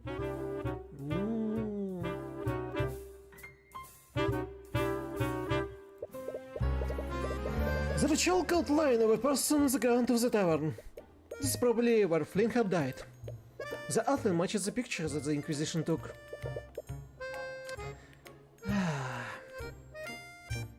Nothing seems out of place here. There's a broken bottle on the floor. It shattered close to the chalk outline of the body. The label is the words lotus juice on it. I never heard of that brand before. Must be foreign.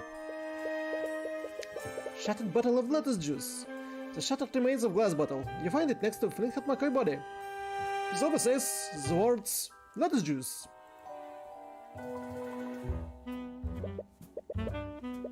The Inquisition lit some candles, but their magical lamp right here. I wonder why they're not using those instead.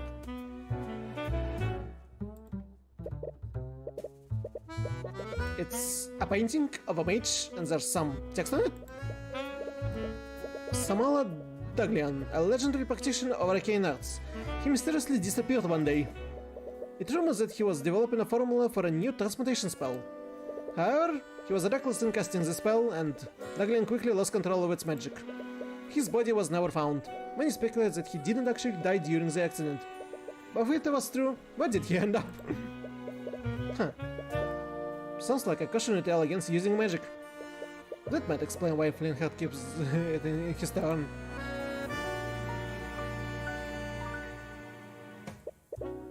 There's a modern-looking lamp mounted on the wall. It's a lamp powered by artificery. I didn't expect to find something that's sophisticated in a town like this. Artificer is just another form of magic. Actually, artificery draws from surrounding leylands to... I did ask for a science lesson, kid. Anyways, look where artificer got these walks. The Arcane power cell broke. They haven't had any power for weeks. Yep, that's a keeping good all in flame. Broken power cell. The McCoy Inn is outfitted with several lamps powered by artificery. However, the Arcane power cell has been broken for weeks, and the lamps can be turned on. Huh. Broken for weeks, and lamps can be turned on.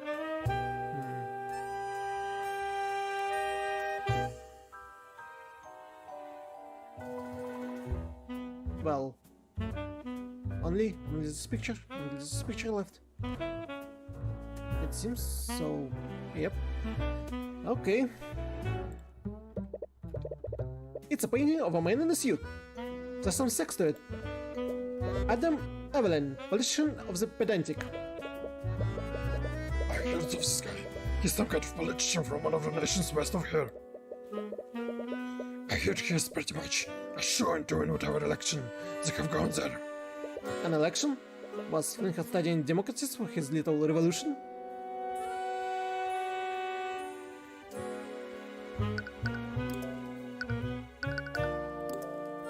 Questions. I was wondering if I could ask you some question about the case. As long as you'll be the likes of you. As long as your bosses know what you're up to. The Twitch probably sent you here to con me. What? I'm just looking for some information. A likely story. He was cooperative before when he let you see Celeste. Why is he being so stubborn now? Is he angry that you embarrassed him in the court today? In any case, you won't get anywhere at this rate. If you want his help, you need to persuade him through an argument. Oh. Psychological profiles. It helps to prepare before starting an argument with someone. Talk to him or present items to him to build a physiological profile for him. If you successfully fill the profile gauge, you receive more information during any arguments against him. Huh.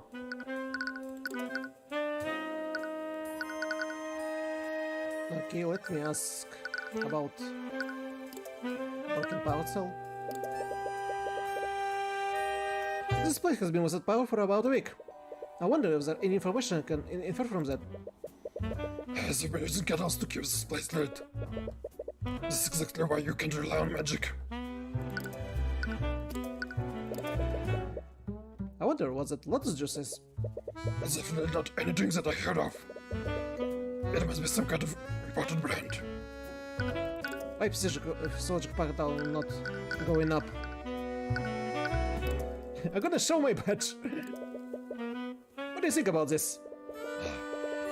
I don't know what you expected me to say.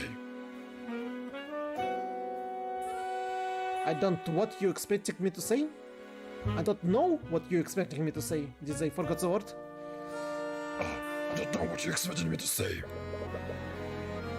Not much to say about that. It'd be best to try something else. The autopsy report seems to be pretty detailed on some aspect and vague in others. Why is that?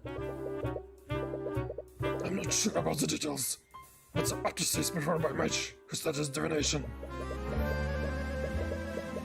Their magic gives us details about how someone dies, and there are always a few blind spots. Blind spots? Like what? Well, for one sick, if someone walks around with the body of out of dust, that would become muddled. Divination magic can tell what happened to the body, but at what times. But someone definitely stabbed Flinthead's body with Celeste sword. If what he's saying is true, it will be that much harder to figure out what kind of weapon originally killed him.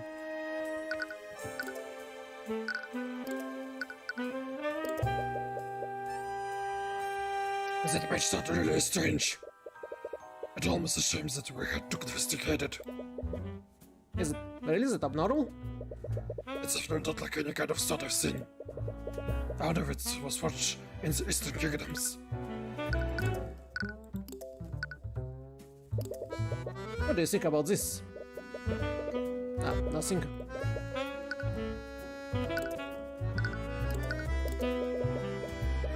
I've never seen a real spell compendium before. I'm still not exactly sure how they work. Well, spell computers are magical devices that display exactly which spells a mage can cast. You could probably guess that the Inquisition uses these things all the time. Right, having that information is definitely a blessing for the defense and the prosecution. I presented him every item that I have and... Oh, which spell? What do you think about this? Nothing. Profiles? Oh. What do you know about people? I heard that was prosecutor Stillwind first trial. She must be pretty talented, if that's true. Eponymous this is what she is. The noble comes in here, telling me how to do my job. I honestly have no idea what she's doing in this line of work. She's a mage from a noble house, isn't she? She must be a pretty powerful mage. Powerful is an understatement. Anyone of the Steelers could turn this entire town into a glass crater. What? There's no way that's true, right? Tell me about yourself. Nothing. He won't tell me anything about himself. I never expected Alexander to be a mercenary. But also never expected her to be a murderer either. She's not a murderer, and I'll prove it at the trial tomorrow. Yeah, whatever you say, kid. What do you think about this? Nothing? I have to ask, did something happen between you and Miss Timona? Miss Timona? What are you? You're like you're something. No, actually, she's my guardian. Oh. I didn't know she even had a... Look, kid. I don't know what's the deal between you two. But no good will come from a situation we are. This is about the rumors, isn't it? Throughout the years, there have been several insidious rumors surrounding Miss Timona. She's been accused of forgery, blackmail, and all manner of illegal activities. It's clearly misinformation spread by an ability to discredit her. She's always been fine with it, but you can't help but to get angry on her behalf. It's more than just the rumors. I've seen it from her. I've seen it for myself. That woman is evil, kid. She defends mages who don't have the protection of the nobility. She's not evil, she's a hero. Yeah, whatever. Oh, finally. Finally, it gone up. What do you think about myself? I never knew Timona had a kid. Like I'd never seen you before. I tend to stay inside a lot. As a child, you couldn't control the Eye of Horus that well. Hearing the myriad of thought from a large crowd tended to be overwhelming for you.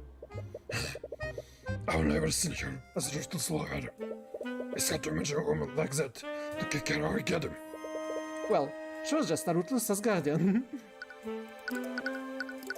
I gave him everything and I got only this. So, before argument, I can ask him stuff. So what does Arcane Inquisition do exactly? You trying to pick a fight with me? No, I am just generally curious. Well, I'm sure you already know, but as Inquisitors investigate crimes that involve magic. Do crimes like that happen often? Nah, maybe once in a blue moon. It makes sense. Most mages are in the nobility after all. Even if they untouchable, they don't make a habit of getting into trouble with the law. You must have an easy job then. You got that right. The only reason we exist is to clean up the nobility messes. Oh, he's angry. He doesn't seem that happy about that.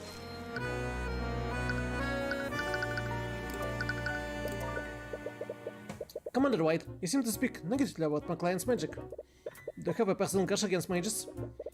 You're damn right I do. Wow, you didn't even try to deny it. And if you had any sense, you would too.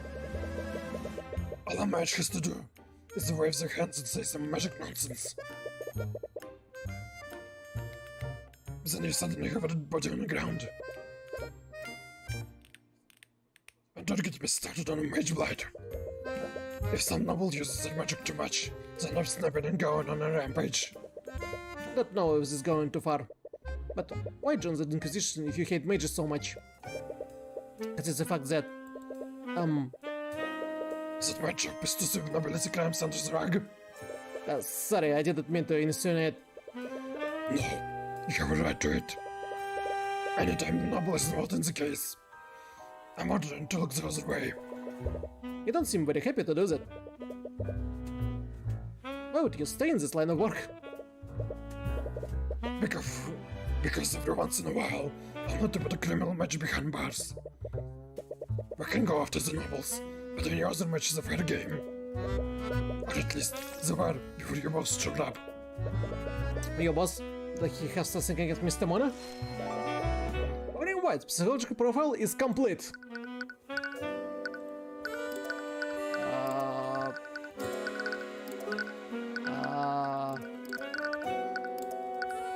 How do I check it?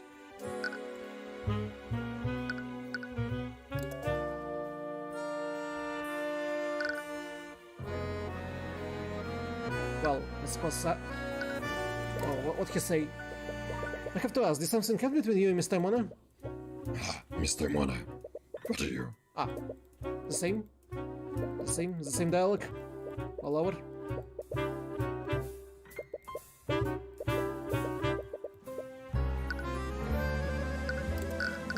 Help argument. Commander White seems unusually hostile towards you, and you have a feeling it's not just because you embarrassed him in court today. If you can clear up this misunderstanding, you might be able to convince him to help you. Is that argument to Tyrion White? Yes, sir. Argument. Alright, I'm just going to come out and say it. Do you have a problem with me, Commander White? You should know exactly what my problem is with you. So who you work for? I have to spell it out for you. Mona is a crooked lawyer. Does your boss not tell what she's up to? Or does your boss not tell you what she gets up to?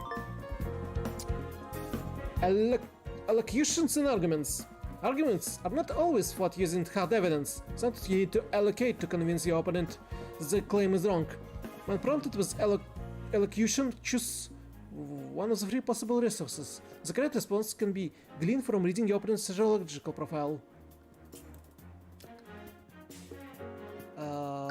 Channelize, deflect, defend.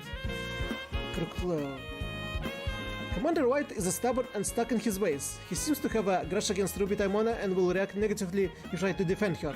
However, he will expect you if you defend yourself against personal attacks. Against personal attacks, it's not personal. It's stuck in his ways. He seems to have grudge against Ruby Taimona and will react negatively if you try to defend her. However, he will respect you if you defend yourself against personal attacks. So it's you have no right basically against Mr. Taimona. Regardless of what Mr. Taimona has done, I'm the one leading this case. It doesn't matter how you feel about me or Mr. Taimona, what matters is that my client deserves a fair trial with fair representation. I will deflect. Regardless of what Mr. Taimona had done, I'm the one heading this case. Whatever problem you have with her, they have nothing to do with me. That still doesn't change the fact that you work for her. I said that women do all kinds of shady shit in the cases I worked. Forgery, bribery, blackmail, you name it. You're just another crook. I'll bet you're just the same. A successor devil of defense attorneys.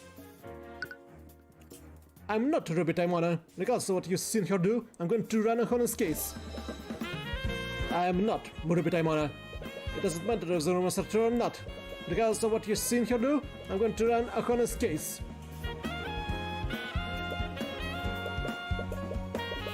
Look, kid. I'd like nothing more than to believe you. But after everything I see you do, I know better. I have no reason to trust you. And you told us that woman can be anything more than a crook.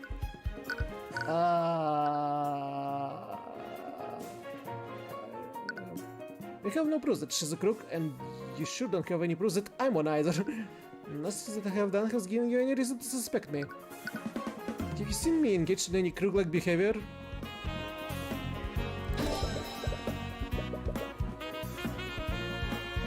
Her way of teaching me was ruthless, I'll give you that. But the only thing that she taught me is how to practice law. Have you seen me engaged in any crook-like behavior? Argument 1! You just want some info, right? Yes, that's all I'm asking for. Alright, I'll answer your questions. Just don't make me regret this. You successfully persuaded Orin White. Yay! Yay! Yay! Now he'll give us information about the case. Murder weapon! This girl goes without saying, but I don't believe that the sword is murder weapon. Right. I have to prove that someone else put the sword there. Did the Inquisition find anything suspicious at the scene? If you're asking if we found another bloody weapon lying around, we definitely didn't. That would be a little too convenient, wouldn't it? But let's say that the girl really has been framed.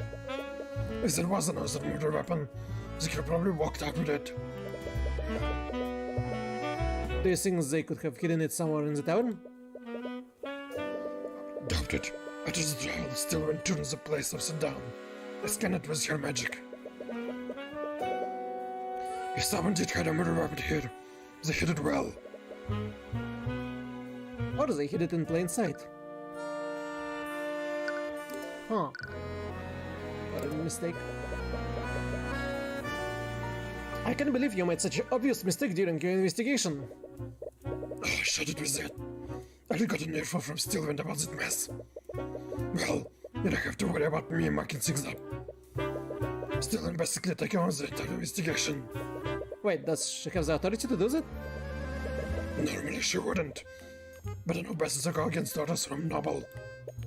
Right, there's definitely a strange power dynamic between them. But honestly, this girl sweats the details too much. She had my man draw up a scaled map of the crime scene. Wait, really? Do you have a copy?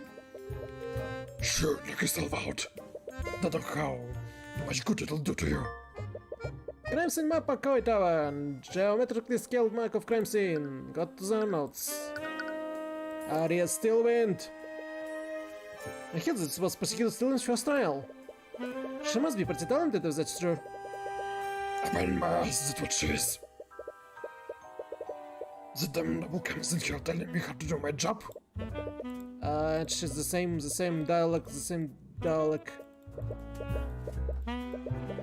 the word.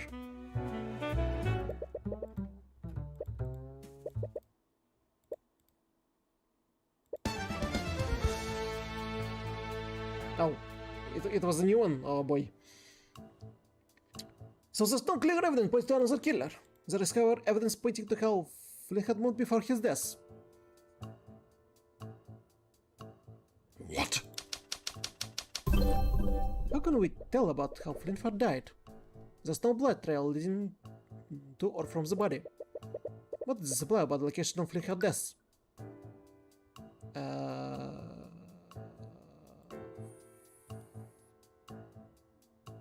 Flynnhard didn't move. Flynnhard didn't move before the murder. Oh, wait, that makes sense.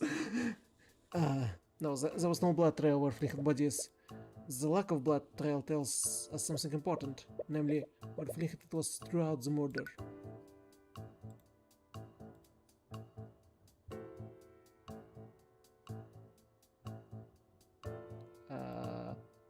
Flynnhard didn't move?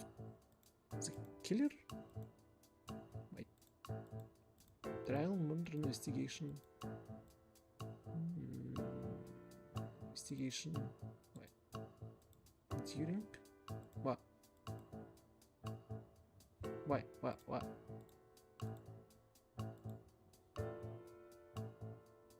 Flinthead didn't move during the murder. Flinthead died where he was attacked. He didn't move from his position at all. Yeah, I guess you're right. There's also the autopsy report which says that he died from a stab from behind. He was probably caught off guard and was too incapacitated to move anywhere else.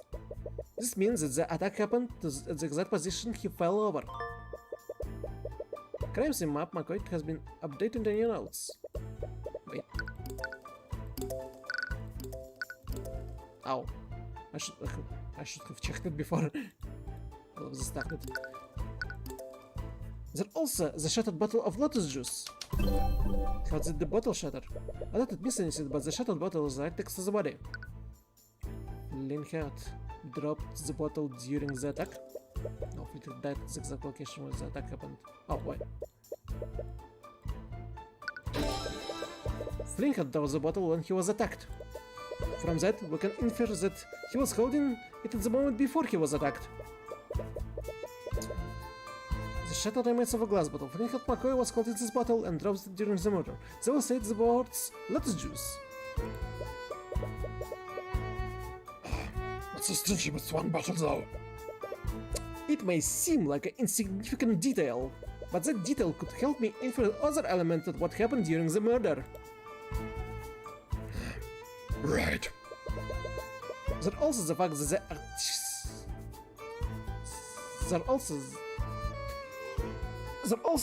the artificial lights were out. Were these candles here when you arrived at the crime scene, Norm? No. We had to light some, so we could see the crime scene properly. I thought it was weird too. The girl and her father must have had an argument in pitch dark. The girl and her father must have had an argument in pitch black darkness. What can we infer about the state of the crime scene? So they didn't light any candles to make up for the broken lights. I had no lighting before the... Oh. The... Wait. The crime scene? No lighting? No customer? No... Had no witnesses? Had no customer? No lighting? Before the... murder? The crime scene had no light... Wait. No lighting... During? The crime scene had no lighting during the murder. The crime scene had no lighting during the murder. Which means... how would she be able to attack the guy if those... She not tabaxi, she can't see in the darkness. And not elf, not half elf. And she doesn't know the magic that creates light.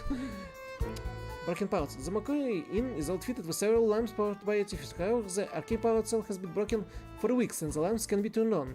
This means that the lights were not operational during the murder. The argument that the lights had with Flinthead must have been spontaneous. They weren't planning to have a conversation in this room. In this darkness, Flinthead wouldn't have a lot of visibility. If he was stabbed from behind, he probably didn't see it coming. He was clearly surprised and was probably in too much shock to run away. Also, the battle may seem insignificant, but he was holding it when he was attacked. Maybe he was pouring a drink for himself, or maybe it was for a visitor. Either way, the assailant must have been unseen by Flinthead. Kid. Or the assailant attacked him from his blind spot while his back was turned. Why would his back be turned though? Was he distracted by something? Kid. But what? What was all that about? Sorry, sometimes I just get lost in my own thoughts. Yeah, well, cut it out. You're freaking me out. Right. Anyways, you think you found everything you can here. You should move somewhere else. Oh. Courthouse, barracks, McCoy Tower upstairs.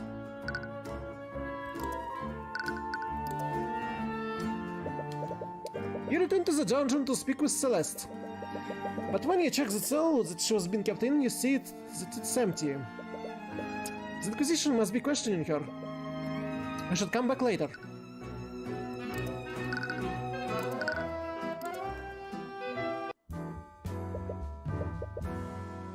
Oh, Cuthbert, you're back already.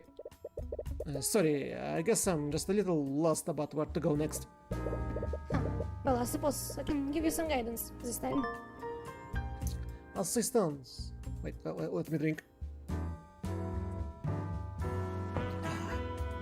Assistance. Sometimes it helps to speak with someone about the investigation. One character will almost always be able to assist you. You can speak with them about the investigation or ask them to where to go next. Right now, Ruby Taimona is assisting you, but who knows, maybe someone else who might help you in the future.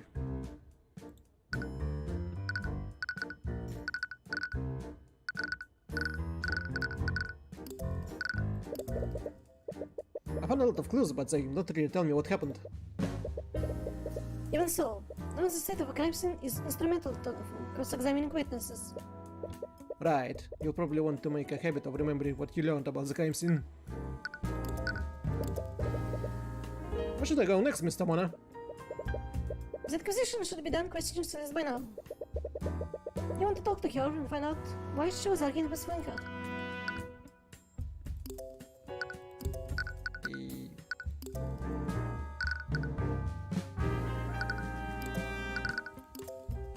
What's your problem with him? Don't waste my time, Cuthbert. So sorry. She won't tell me? Should I suspect her in the future? If something may happen?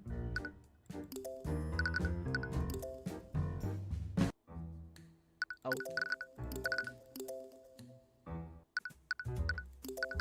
Upstairs? What did I forget upstairs?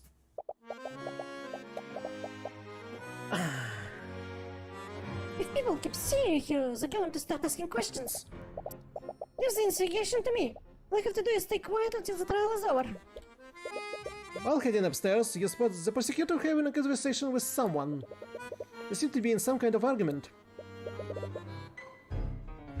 Enough. I will do as I see fit. You may be Stillwind, but this is my land. Oh, sorry. No, he's a defense attorney from the trial. I am? I'm sorry, but who? Oh, how rude of me. My name is Lord Garrick Pierce, the rank noble of this land. Occupation, nobleman. Name, Garrick Pierce. As a Rulik noble, I suppose I should thank you for playing your role in the current trial. As misguided as it may be. He's a prick. I suppose that you also think my client is guilty. It does not matter what I think. This entire scandal has done nothing but overlap the common folk. Magic is a gift for nobility, and the nobility alone. It is a symbol of aristocracy and our divine right to rule. And now that bastard's child who stated that symbol in public eye. All of that has nothing to do with her. She's just an innocent woman who got wrapped up in all of this. Even if she is innocent, the charges have been laid and made public. Someone must take the fall. Let the public accuse the justice system of corruption. So you're saying that she should be found guilty even if she's innocent? What do you suppose will happen if she's acquitted? All of the public will see the match going free despite a myriad of evidence. That alone would be enough to cause public outrage. Tensions between aristocracy and the Commonwealth are high enough as is. What is one insignificant girl when compared to the stability of our great kingdom? How dare you, freaking nobles! That's enough. Stop antagonizing him, Pierce. Huh. I can hear what he said, but I don't agree with it. What? The system should be based on truth and justice, not on public opinion. Then why are you working against my client? Do you honestly think she's the kind of person that would kill her father? It doesn't matter what kind of person she appears to be. The evidence clearly points to her, and the only possible killer. But you should fight according to your own ideals. Just as I will fight for mine. It's not to get the returns, that woman. She's not as bad as we think she's are. Maybe, possibly, probably. There are some candles lighting up the hallway. They look like they used to be part of the old architecture. Several doors lead to the guest rooms. Aside from the rooms that you and Mr. Mona used, that look like they've been open for quite some time.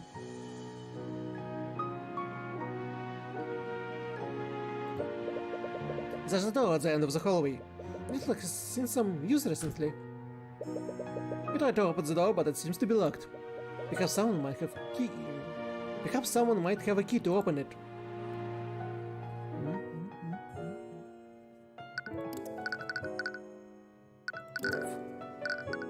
Will I finally be able to speak with Celeste? You return to the cell that Celeste is being kept in. And despair from prisoners. The ambient despair in there fills your mind like a horrendous stench. You do your best to ignore the emotions of the other prisoners, but you haven't had much practice blocking out these many people. As you arrive, you see Celeste huddled down in a corner. As soon as she sees you, her dark moods seem to lift, if only for a moment. Oh, hi, Mr. Cuthbert. There's no need to address me so formally, just call me Tyrion. Okay. Anyways, I came here to ask you some questions about the case. Alright.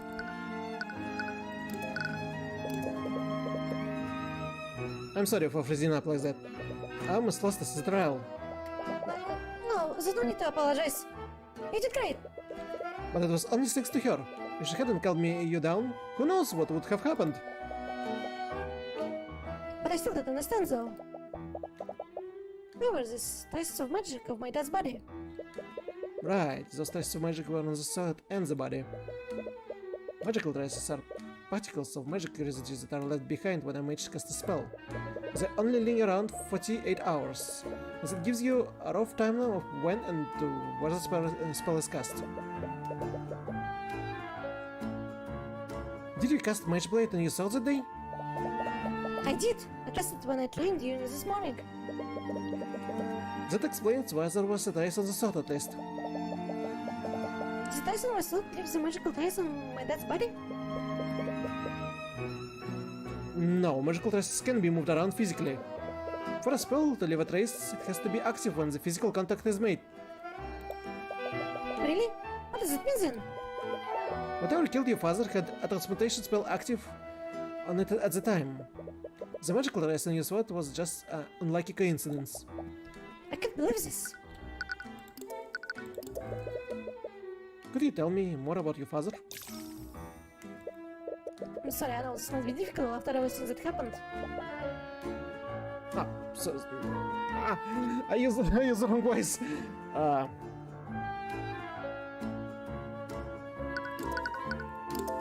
Sorry, I know this might be difficult after everything that happened. No, it's okay. If it helps you, I'll try my best to answer your questions. Were you too close? Where? I'm sure you know this by now, but I was adopted by him and my mom. But although I didn't have their blood, they treated me as if I did. He loved me with all his heart until... Until what? Does it have something to do with the arguments that they had? Oh. The argument was that she is a mage and has magic. And that's why there was arguing. I'm sorry to say this, but I could hear your argument from my room that night. Could you tell me about what happened? For as long as I can remember, my dad has hated mages. I'm not sure why, but if you ever mentioned magic around him, he'd fly into a rage. So I hid my magic from my family. But why even learn magic in the first place? If you really wanted to, you could have gone your whole life without using it. Ever since they were closed, my family been in a lot of debt. I said to become a mercenary and use magic to enhance my ability to fight. Most magics are an ability, so people will pay a lot of sellsword who can use magic. So that's why she's a mercenary. Celeste McCoy learned magic so she could support her family as a mercenary. Apparently many people will pay extra for mercenaries that can use magic. Makes sense. But I know now. That image was the biggest mistake I ever made. On that night, my dad found my spell compendium. When he comforted me about it, I finally came clean with it to him.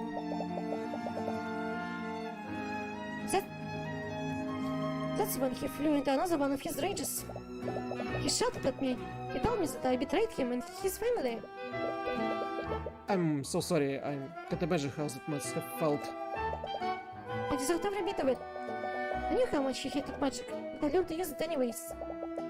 He showed me so much love, and I just threw it all away. Don't say that, I'm sure he still loved you. No, I could see it in his eyes. He hated me. And he died hating me. Oh no, that's not true. You feel a sharp pain in your chest as you see that thought.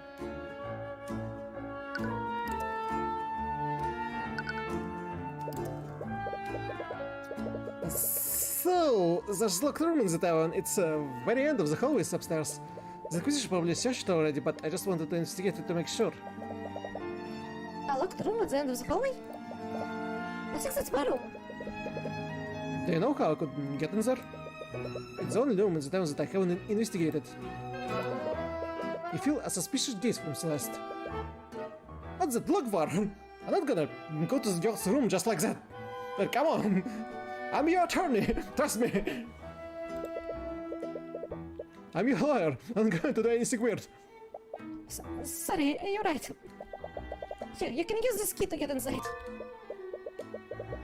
They didn't took it away? Shouldn't the knights inspected her on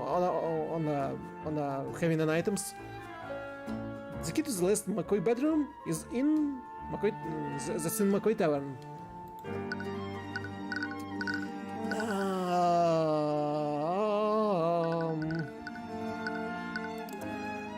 Yeah, we'll talk about everything.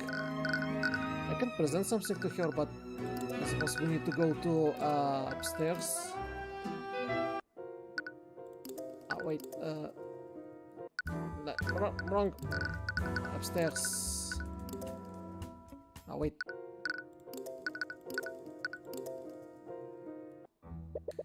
Here we are, inside her bedroom.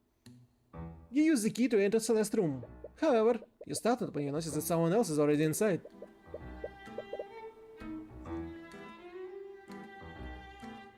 I already told you, that's everything that I know. What more do you? Oh, aren't you Celeste attorney? I am. Who are you? Oh, how rude of me. I'm Jolene McCoy. I'm Celeste's mother. Occupation, unemployed. Name Jolene McCoy. Yeah?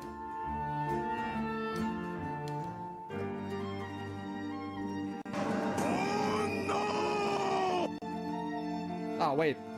Wait, that's the strong sound alert. I'm sure it was funny. I wanted to do the other one. This one? Yeah. Yeah, that one.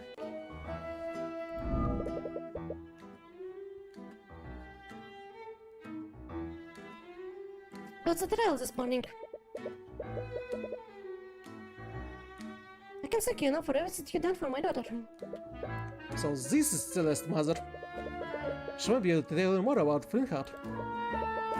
About that, do you mind if I ask you some questions for my investigation? Of course, I'll do anything I can do to help.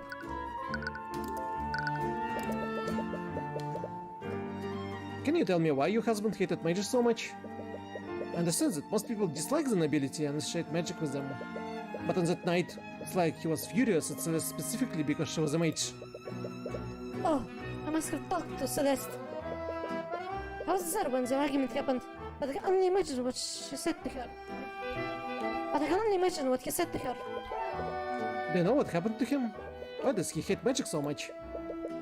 Seth doesn't know about this, but years ago, Flint had a sister named Effie. One of our old children were friends with a boy named Garrick Pierce. He was the son of running noble at the time. Garrick Pierce? Isn't this the novel that was speaking with Stelvin earlier? We were all inseparable at the time. Bill would sneak into town and play with us against his family wishes. They probably weren't too happy about that. He was quite rebellious back then. But he's a completely different person now. But everything changed when Garrick began learning how to use magic. One day, when we were playing together, he went to show off the spells that he learned. He was told not to use his magic without his instructor there, but he was just too excited. He began casting his spell, but something went horribly wrong. He lost control of his magic and fatally wounded Effie. I tried to bring her back into town, but by the time it was too late. She was already gone. I'm sorry, that must have been traumatizing to all of you. The next day, the Arcane Inquisition came to investigate what happened. Cuthbert used their connections to cover up what happened. They even threatened Phil had him to keep quiet. After that, the official story was that Effie had been mauled by a wolf. That's not surprising. The nobility seldom take responsibility for the action, even for the mistake like that.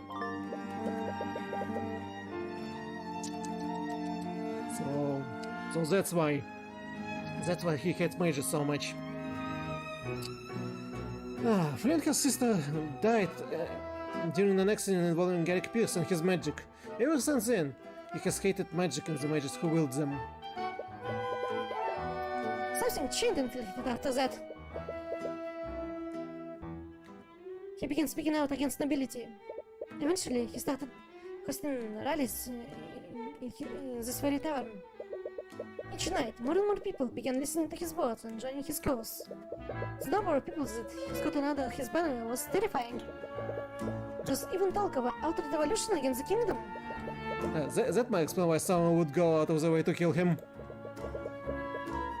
I knew how much danger he was putting himself in. But no matter how hard I tried, I couldn't convince him to stop. His attitude didn't even begin to change until he adopted Celeste. Can you tell me more about the Celeste? How did she become part of your family? It all happened many years ago. Back then, Makuta was still open. We were closing one night, then we found a baby with white hair abandoned in the dining area. We waited weeks for her parents to come by, but no one ever came looking for her. And that baby was Celeste? Yes, Flint and I had always wanted a child. This is Celeste must have been a gift from the Scale Loft. But one day I saw Celeste practicing her magic. I think that's when I realized that someone from the military must have abandoned her at our inn. I didn't care though, I loved her all the same. I'm sure Flint did too. Wait, you knew she was a mage all this time? I did. I haven't known her very long, but she's a terrible liar. River must have noticed too, but I think that he didn't want to believe it. It's my fault. I should have forced him to see the truth. I spoke with Celeste earlier. She thinks that her father hated her because she was a mage. Oh, it's make her sad. There's no way he would ever feel that way. He loved her more than anything in the world. No matter what he said to her that night, nothing would ever change that.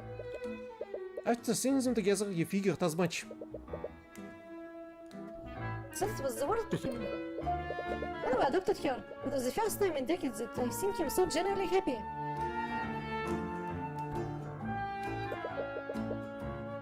They must have been really close. More than anything. You want to hear a story? Sash has just returned from her travels. She wouldn't stop talking about this foreign drink that she loved. I think it was called lotus juice or something strange like that. Well, Mika did everything he could to have it shipped here. He had done a bunch of favors for some of his revolutionary friends, but in the end, he was only able to get a single bottle of it. Is it really that rare? Yes, I wouldn't be surprised if it were the only bottle of lotus juice in the region. Wait a minute, lotus juice? Is this the bottle that Flint had brought? I showed her a picture of the shattered bottles that you found next to Flynn's body. It is! Oh no. He was going to surprise her with it. I found the broken pieces next to Flynn's.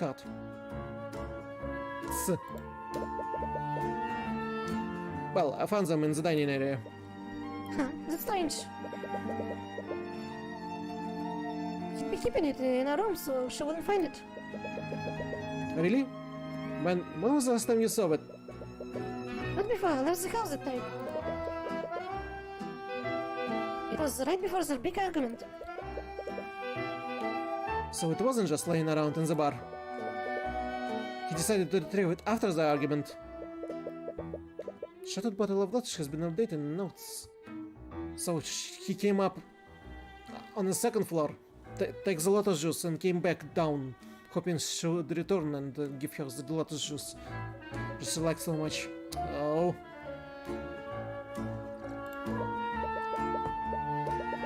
Alright, I think you investigated everything you can for now. But there's still one last thing you need to do. You ready yourself for one last conversation with Celeste. So to the barracks.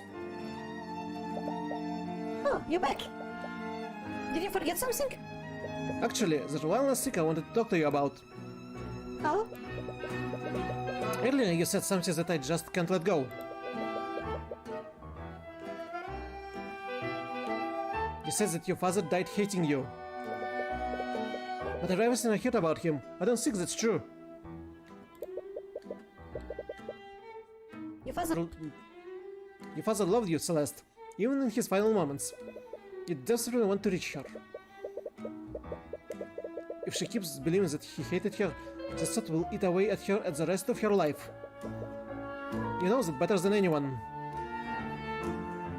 He's just lying to make me feel better. But it looks like it would be that simple. You need to win an argument against her if you want her to see the truth. Oh, again with the arguments. Wow. Shouldn't we collect the profile picture?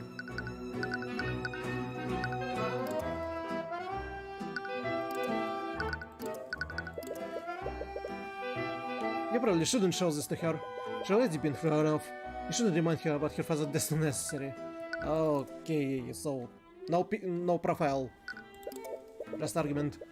It's not business her father died hating her. But after seeing them together and learning about them, you know that can be possibly true. You just need to convince her of that. Argument! No, you're just trying to make me feel better. And I really do appreciate it. But everyone knows that my father hated mages. He always hated magic, there's no reason behind it. But there is a reason behind it. He died during the accident involving Garrick Pierce and his magic. He hated magic and the mages who wield them. I don't know if it's my place to say this, but there's a reason why your father hated magic so much. What? When Flint was a child, he had a younger sister. She was tragically killed by the mage decades ago. That's why he had such an immense hatred of magic. I never knew. But it doesn't change anything. That's all the more reason for him to have hated me. It was selfish of me to learn magic. I knew how much he hated I knew how much he hated magic. This turned out to use it anyways. Magic killed someone that he loved. No wonder he was furious.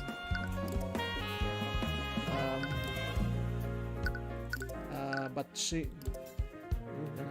learned to help. But you didn't learn magic to benefit yourself, did you? You learned it to save your family after your town was shut down. That's... You're a good person, Celeste. And you did everything you could to help your family. I'm sure your father recognized it. Just shut up. What? Shut up. Just stop it. Whatever composure she had before is slowly breaking down. You weren't there. You didn't hear what he said to me. In his final moments, he could just only think of how I betrayed him. No, that's not true, and we can prove it. I could see it in his eyes. There's no way he would ever forgive me.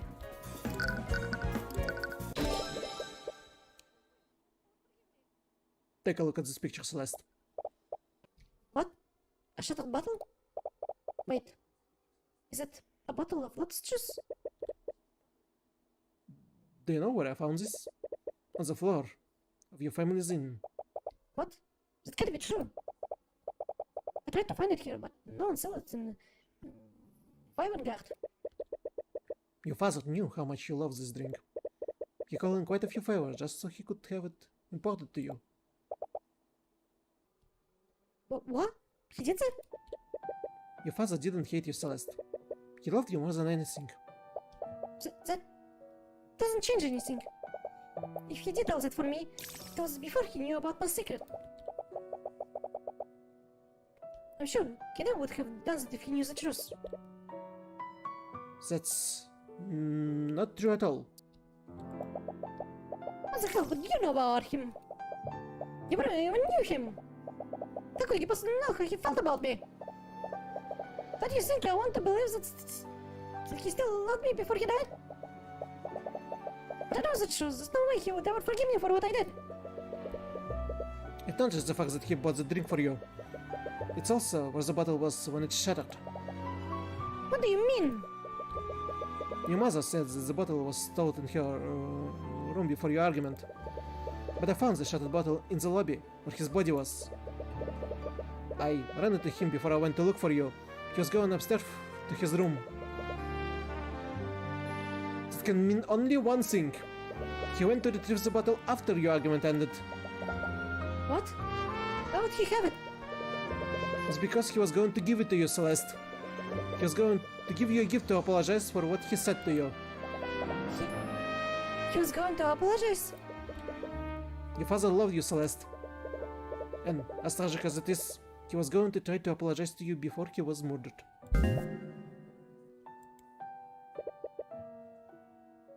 I don't like this. My daughter working as a mercenary of all things. Come on, Dad. You know I can handle myself. I don't doubt it. But I still shouldn't have risked your neck for our sakes. They close in, Dad.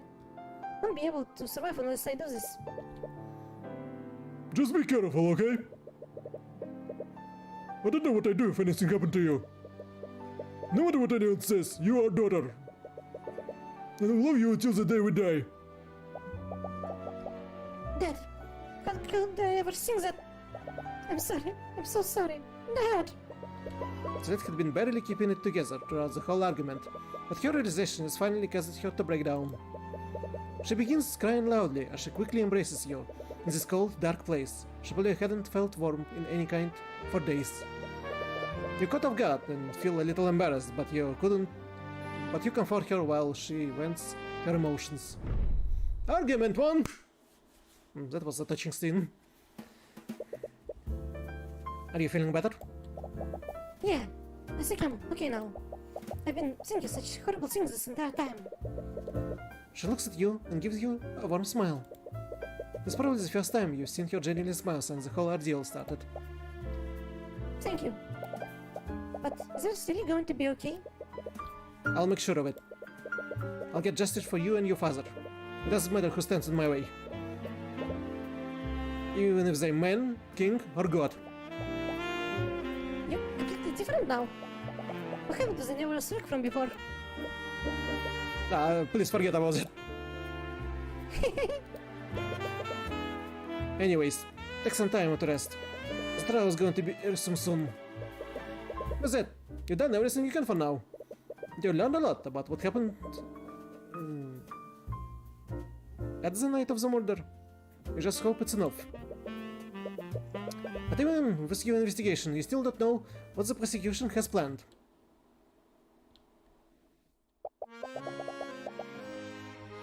But we told you all the details, Mr. Rudolph. Will you remember them? Yes, I put it myself while my academic memory. Just so there are no misunderstandings. I do not approve of this. You signed it yourself, Lady Stillwind. There's no possible way that I could have done the deed. It has to be the bastard's child. We don't know what sort of tricks Ruby Timona might pull tomorrow. Just see this as a way of securing a just verdict. Yes, I would like to save. Thank you. Yes, thank you. Override. 2 hours and 40 minutes. Let's hope it's not gonna take long for a call to be done.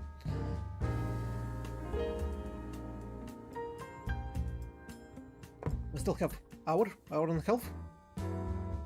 Alright, it's time. Hello, Cuthbert. Oh, hi, Miss Timona. You're a lot less jumpy than you were yesterday. I got to see that you're finally getting used to things. So, what do you find in your investigation? You tell Miss Timona about everything you learned over your investigation. Huh. There aren't a lot of clues that point to what actually happened. Yeah, I know a lot of details about the crime scene, but nothing about the crime itself. This means I'll have to rely solely on pointing out contradictions in the witness testimonies. Being reactive to the prosecution moves is a valid strategy. Honestly, I think it was a miracle that you got the commander to cooperate with you at all. Right, you almost forgot. Commander White appears to really have it out for Mr. Mona.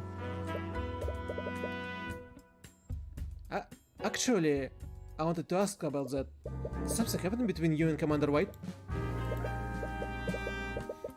Miss McCoy, please proceed to the courtroom with your counsel. Let's go, Tyrion. The trial about to start. You should go. The judge is waiting. The judge is waiting. Alright. Another secret is left Another secret is left buried between you two. Why I can spell?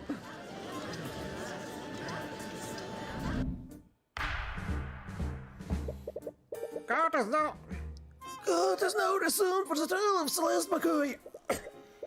Let's review the proceeding from yesterday. Yesterday, the defense presented some shocking oversights during the investigation. Yes, I personally saw that the investigation was conducted properly this time. I see. I suppose it puts my mind at ease. At yesterday's trial, we found inconsistency between crime scene photo and autopsy report. Because of this, the defense tried to push the following narrative: that a third party must have interfered with the crime scene to frame the defendant. However, the prosecution has discovered another explanation. Because of that, the individual who discovered the body would like to testify as what he saw that night. His eyewitness account will clear up what actually happened. Interesting. It was my understanding that the individual in question wanted to remain anonymous. Supposedly, that myth was within the gallery of the trial yesterday. After yesterday's proceedings, he felt that he couldn't stay silent any longer. So that's your plan. But why would the witness change his mind like that? And we know that's not gonna happen because he couldn't see anything. Because the lamps didn't work. So it was pitch dark over there, he couldn't see anything. But why would the witness change his mind like that? Did Steven persuade him, or is something else happening here? Very well. Let's hear from this witness. Witness, please state your name and occupation for the court. My name is Auris Reginald Rudolph. I am chauffeur of equine variety. Servant. Chauffeur of equine variety. Sounds fancy, but he's just a servant. Auris Rudolph. I'm terribly sorry, but I'm unfamiliar with that profession. He means it. He's a carriage driver. Oh, I see. But in any case, is it my understanding that you found the body? Am I correct, Mr. Rudolph? Rudolph appears to be writing something in a notebook. He writes with incredible speed. His pen only touches the paper for maybe a second before he fills the entire page. Mr. Rudolph? Forgive me. I was merely taking notes on the people in this room. Taking notes? The owner has a certain compulsion to keep a record of every event that he witnessed. I see. Which means that he didn't witness the crime scene because there would be no report of it. It's just piling contradictions under contradictions for me. Then I assume we will receive accurate testimony of how you found the body. Actually, I witnessed much more than that. I saw the crime as it was being committed. And I wrote down everything that I saw. What? That's quite a claim. If that's true, why did you choose to remain silent until now? We had initially concluded that the evidence alone was decisive enough. Therefore, we saw no need at the time for his testimony. However, this circumstance clearly changed during yesterday's trial. There's no way the prosecution would leverage eyewitness testimony from the start. Something else is happening here. Very well. Mr. Rudolph, please testify to the court about what you saw that night. Witness testimony. I was transporting client in my carriage that evening. We were driving by the McCoy Tavern when we heard a disturbance. It occurred at 1:28 a.m. Worried that something was amiss, I walked into the establishment to see what the commotion was about. There I saw the defendant. She was lit by a blue glow of a dining room lights. She had stabbed Flinthead McCoy. And was channeling magic into her sword. She removed her sword from Flinthead's chest, and as she started to face her, she stabbed him again in the front. She soon realized that I had witnessed her heinous crimes. She left the body fall to the ground and fled the scene. Incredible! If everything occurred as the witness described, there's no room for debate. Of course, the evidence has always been irrefutable. You don't remember seeing him when you... You don't remember seeing him when you left to look for Celeste, but it was pretty dark. Celeste, did you see this man that night? No, it's my first time meeting him. And I didn't see him when I ran out of the tavern that night. So, he has to be lying. Does it mean he's the one who killed my dad? She tries her best to hide it, but you can sense her... She tries her best to hide it, but you can sense her restlessness. It's hard to say right now, but it's definitely a possibility. The defense may now begin their cross-examination, which should be incredibly easy. She was lit by a blue glow of dining room lights. Yeah. Objection! Mr. Rudolph, you decide that you saw my client murdering the victim, and you supposedly saw her casting magic while doing so. Yes, I could never forget such a grisly sight. That moment was burned into my memory. I see. Well, it's funny that you say that. How so? Because your entire testimony was a complete lie. What? Are you accusing the witness of perjury? Surely you know that such accusations can be made lightly, Mr. Cuthbert. My accusation is far from baseless, Prosecutor Tailwind. Take a look at this report. The dining room lights are artificially sensory devices that are powered by Arcane power cell. However, the same Arcane power cell was broken during the time of the murder. The dining room lights had no energy, and the room would have been pitch black. The witness couldn't have seen anything, much less a homicide. Wait, I can explain. There's no need, witness. You could have easily seen another source of light. Perhaps one of McCoy's lit candle because of the blackout. The witness clearly describes a sort of a blue light. A candle or lantern would emit color. A candle or lantern couldn't emit color like that. Then the witness was clearly mistaken. The witness records everything he sees in his notebook. He even remembers the exact time that each event occurred. So why would he be incorrect about such a clear and obvious detail? Why I can't properly read stuff? Let me drink.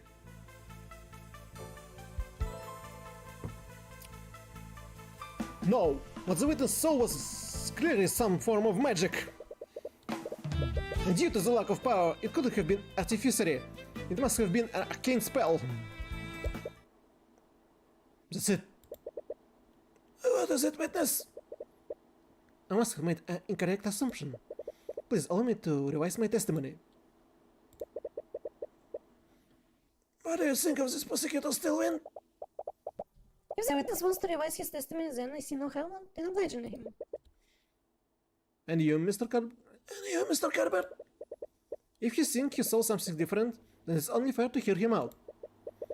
You'll tell through each of his lies no matter what he does. And you, witness testimony? I remember now. Yesterday it was revealed that Flinthead was killed using magic. I must have seen Flinthead's daughter challenge a magic spell. The spell was called Mageblade, am I correct? That's it. The blue ghost that I saw must have been created by Mageblade. I see him. So the blue light that you saw came from the defendant's magic? Mr. Cuthbert, you may proceed with your cross-examination. With pleasure.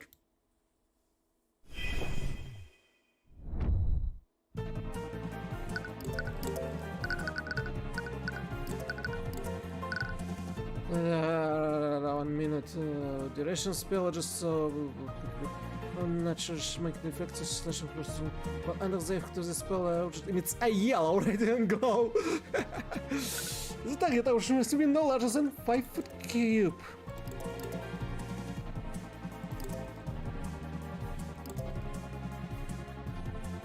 Magic spell, my own. Blue glow. Objection!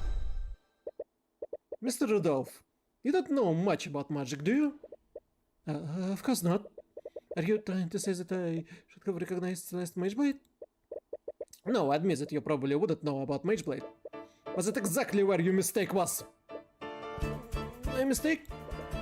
Mr. Rudolph, you are aware of how Mageblade works. Then how would you know that the spell emits a yellow radiant glow? Which means the blue glow you saw couldn't have possibly been Mageblade. This is ridiculous. I'll grant you that the witness clearly remembers seeing blue glow. But what significance could such a minor detail have? It's extremely significant, Prosecutor Stillwind. If the witness did see a blue magical glow, then he must have witnessed another spell at the scene. Preposterous. I don't have any evidence to back up that claim. That blue light made a large impression on the witness. He wrote it down in his book, and he specifically mentioned the color. There's no way he would be mistaken about something like that. So, what did you really see, Mr. Rudolph? Did you see my client at the scene, casting a spell that he couldn't possibly cast? Or did you see another mage at the scene? Well... Your Honor, the defense has no right to accuse the witness like this. Let me remind you that perjury is a crime, Mr. Rudolph. If you're found to have lied in your testimony, you will be prosecuted. Wait, please. Now, that's quite enough of that.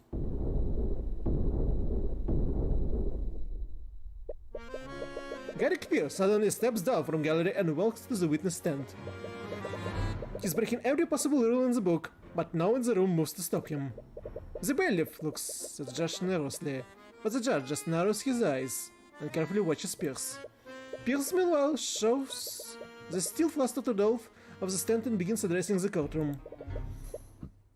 What's he even doing here? I will not stand by while you harass my servant. Yes, we discussed this. There's no need for you to take the stand.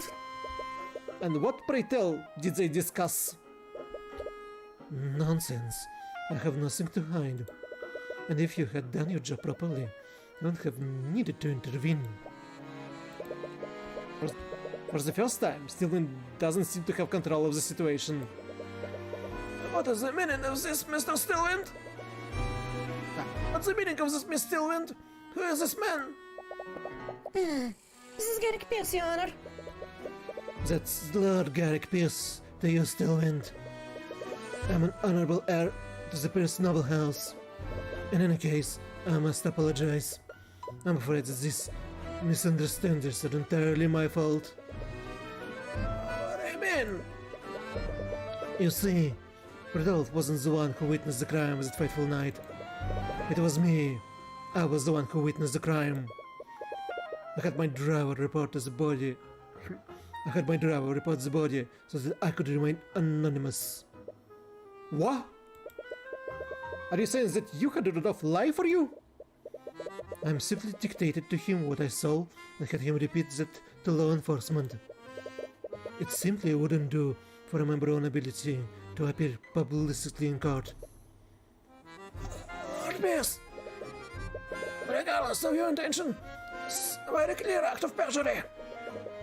But from the look of the judge's face, you can easily tell that he won't face any actual consequences. I understand, and I will accept the consequences of that. But I would be remiss if Rudolph should your testimony allowed that girl to escape her crimes. Please, let me testify as to what I saw that night.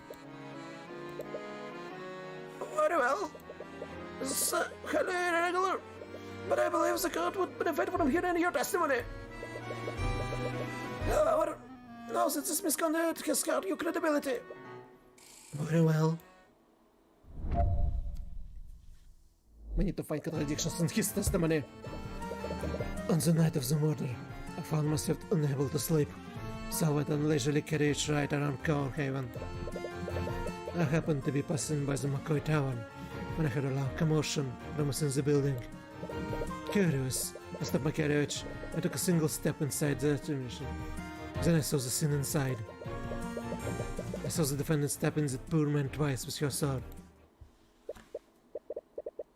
Garrick Pierce, he's a member of the nobility. That means that he probably a mage, right? He's the only other mage that was there that night. Does it mean? There's no doubt about it. He's the only person that could have left a trace of transmutation on the body. He has to be the mage that we're looking for. Sorry, this must be a lot for you right now. Don't worry about me. Focus on taking him down. How? How would we proceed?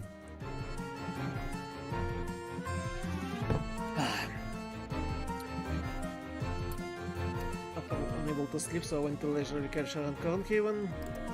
Happened to be passing McCoy Tower when I heard a loud commotion from within the building. Stopped my carriage to take a single step inside the establishment and I saw a scene inside. Wait, I saw the defendant stabbing the poor man twice with her sword. You couldn't say anything, everything was pitch black. But I suppose it's not gonna work. This means that the lights were not operating during the movie. How would he see if there was no light? So let's press.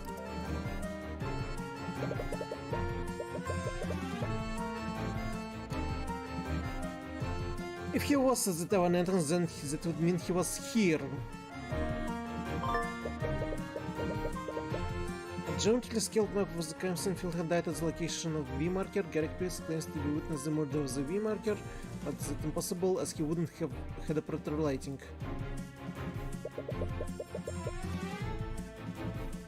You saw the entire scene from the tavern entrance? It'd be quite dark considering that the lights weren't operational. Even if my clan was using Mage Blade at the time. Ah, of course, I've forgotten that detail. I couldn't see what was happening, so I used my magic to illuminate the scene. You used magic at the crime scene? Yes, I remember it clearly. I conjured a blue light to illuminate the scene. The same blue light must have been what my driver saw. I saw that Rudolph didn't witness the crime at all. If I had to guess, Mr. Rudolph must have seen the blue light from the carriage. He must have made the detailed part of his testimony earlier. That actually makes a lot of sense now that you think about it. Ritter was so sure that he saw the blue light, it would be strange if he was lying around it. It would be strange if he was lying about that. But anyways, which spell did he use to eliminate the crime scene?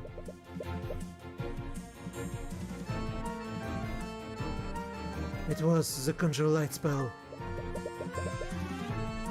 Conjure Light has been added to your notes. Conjure Light, Conjuration, looks on, just turn on 1 hour. Concentration use. For the duration of this spell, the amount of magical light appears in the caster's hand. The color of the light is chosen by the caster and can be changed at will for the spell duration. The amount of the light provides illumination for 15 feet of the 15 feet of the caster, and no further. 15.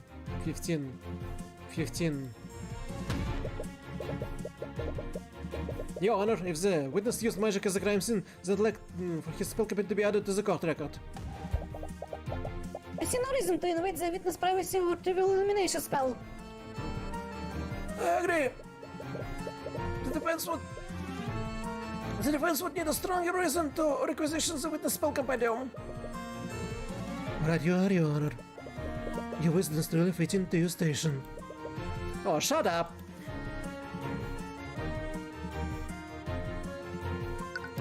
Wait, so oh.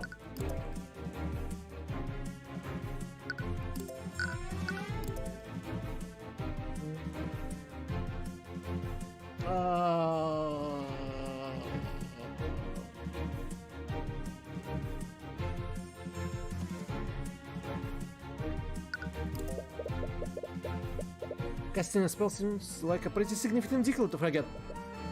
For you, maybe. But for a practiced mage like myself, using magic is as natural as moving my arm. You admit that you wouldn't know what it's like to be mage.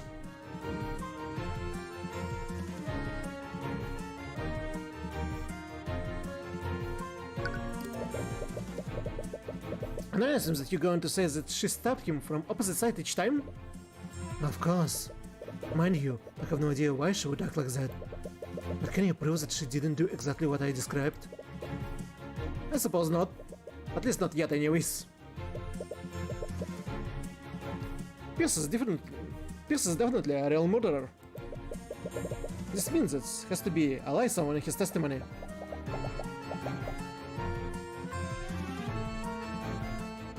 He keeps saying that he stood at the entrance the entire time.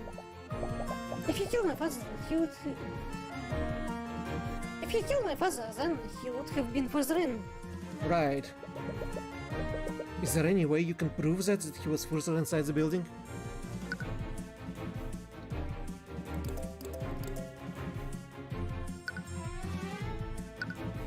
What if I present a conjure light like 15 feet? Objection! Lord Pierce, you said that you eliminated the scene from the tavern... Wait. Lord Pierce, you said that you eliminated the scene from the tavern entrance? And you only took a single step into the building? Of course. I remember it very clearly. I said only at the entrance. In that case, I'd like for you to take a look at the map of the tavern.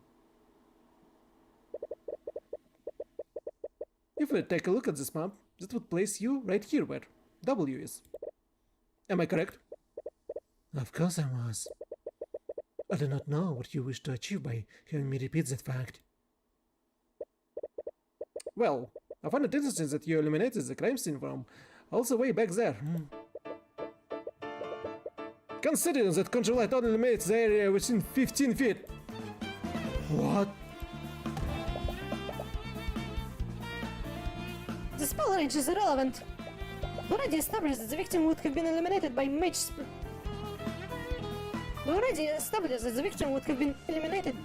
blade. During this testimony, Lord Pierce clearly stated that he couldn't see what was happening. That's why he cast Conjure Light in the first place. However, Conjure Light doesn't work like a normal source of light. It only provides illumination up to 15 feet of the caster and no further. If he had stayed at the entrance, his spell wouldn't have done anything to help eliminate the scene. But what does this mean? Lord Pierce, did you eliminate the crime scene or not? Well, I can answer that question for you, Your Honor. Lord Pierce did eliminate the scene of the crime. He eliminated it because he was standing right where it happened. Mr. Cuthbert, are you trying to say that Lord Pierce was Are you trying to say that Lord Pierce was that close to where his murder occurred? How would that be possible? Well, there's only one way the scenario would make sense, Your Honor. And that would be if Garrick Pierce was the one who murdered Philhat McCoy. What? What did he say? Hold on a moment. This is absurd. I could have easily used a different spell to eliminate the room. And which spell would that be, Pierce? Yeah. The name escapes me. I'm not sure which one, and it was now that I think about it. You idiot. Well, maybe we can figure it out together, hmm? When you relinquish your spell compendium to the court. What? This is a clear violation of my privacy. Still, why aren't you objecting to this? If you had listened to my instructions, you wouldn't be in this situation. You made your bet. Not lying in it. Still, you're treacherous.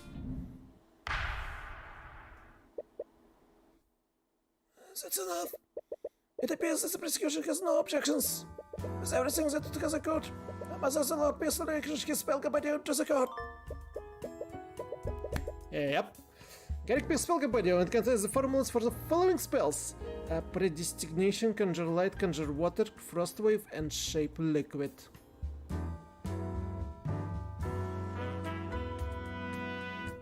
Frost Wave. Or not. I need to check. Prestidigitation. Oh. The most usual spell in D&D.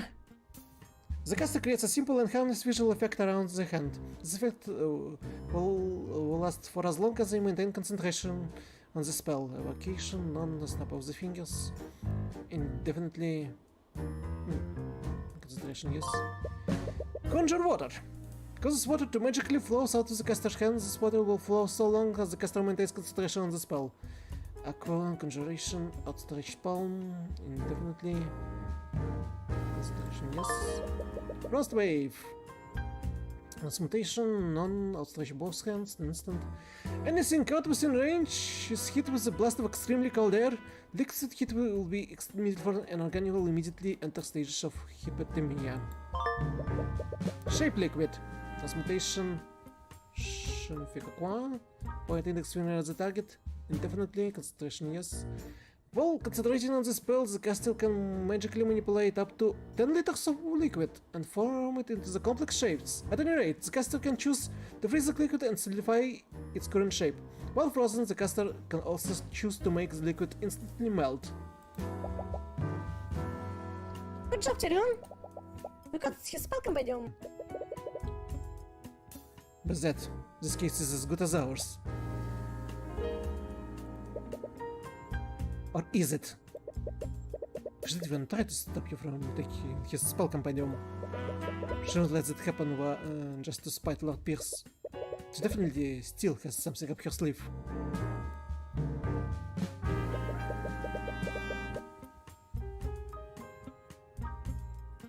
Your Honor, I looked at the spells in Lord Pierce's compendium. Conjure Light is the only spell that can cast that would shed a blue light. This renders his testimony and many of his statements false. You could actually heal Lord Pierce grinding his teeth. I wouldn't be able to repeat the sound. Your Honor, Lord Pierce could very well be suspected in murder of Flintheart McCoy. The defense argues that this presents enough reasonable doubt to acquit the defendant. Acquit the defendant. Wait, let me read it. The defense argues that this presents enough reasonable doubt to acquit the defendant. Yeah.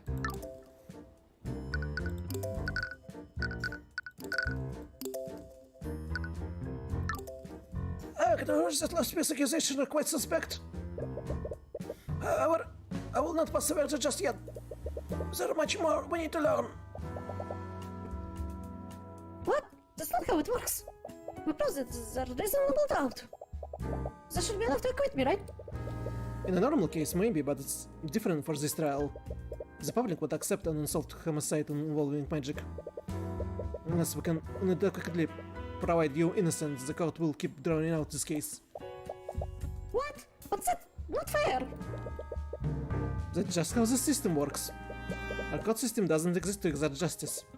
It exists so that the kingdom can save face. No. However, the court will be suspending the trial until further notice. That is, until Lord Pierce can be investigated as a possible suspect. Objection! What?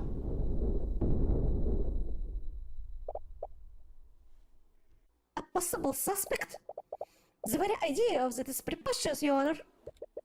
Damn it. You knew she was planning something. Let's revisit the basic facts of this case, shall we? Franklin McCoy was murdered using the blade with transmutation spell active on it. Mr. Cuthbert, why don't you tell Mr. Cuthbert, why don't you tell me the spells that Lord Pierce knows? Alright. His spells are, prestidigitation, conjure light, conjure water, frost wave, and shape liquid. You realize it too, haven't you? Lord Pierce doesn't know any transmutation spells that can be challenged through a solid object. What? That can be right.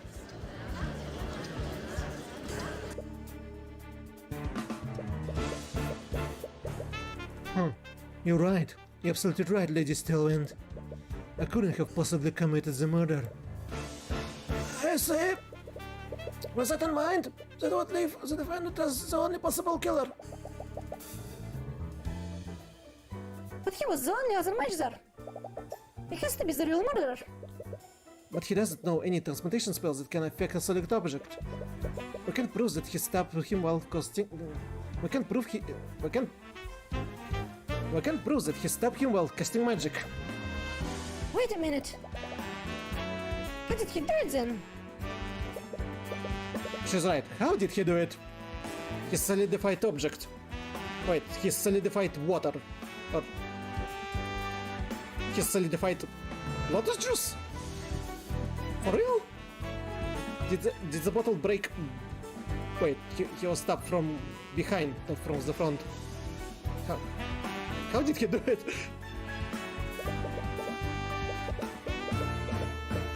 If there are traces of transmutation magic on the wound, then Flinthair was definitely stabbed by something magical. But none of his transmutation spells can affect the steel blade. Does it mean that he used something else? The defense did cast some doubt on this witness testimony. Nevertheless, I must conclude that he could not have possibly committed the murder. With that in mind... Please wait, Your Honor. We still can conclude that Lord Pierce couldn't have committed the crime. What are you on about? Lady Stillwind said it yourself, you commoner. I don't know any spells that can be channeled through a metal plate. He's right, which can only mean one thing. You didn't use a metal blade, did you?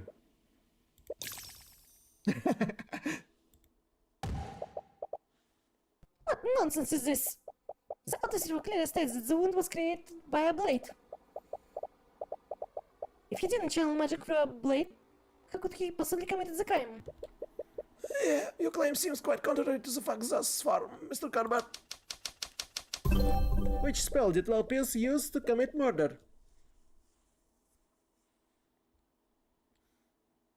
Which spell could Lord Pierce have possibly used to kill the murderer?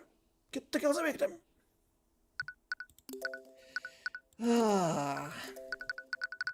It was... shape liquid? Or wait... frost wave? Transmutation, conjuration... conjure water? Shape liquid? Point finger, then let us liquid and forward into a complex shape. Простой. Close range. Post extremely cold air. Heat will be immediately frozen and organic life while immediately into the shape liquid.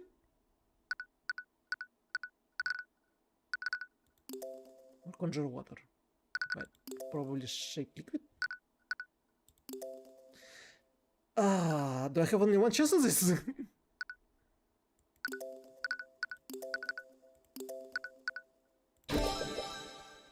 You see, Your Honor. Garrick Pierce didn't kill the victim using a sword. He killed him using an option shaped exactly like a sword. What? I'm afraid I don't quite understand, Mr. Cuthbert. I'd like for the court to take a look at the Lockpiece spell compendium. Garrick Pierce knows a seemingly insignificant spell called Shape Liquid. With it, he can control a body of water and shape it into any complex shape he wants. Then he can freeze that liquid, maintaining its current shape. A shape like a sword. What? No. Is it possible that he... What do I have to say for yourself, Lord Pierce? What do I have to say for... What do you have to say for yourself, Lord Pierce?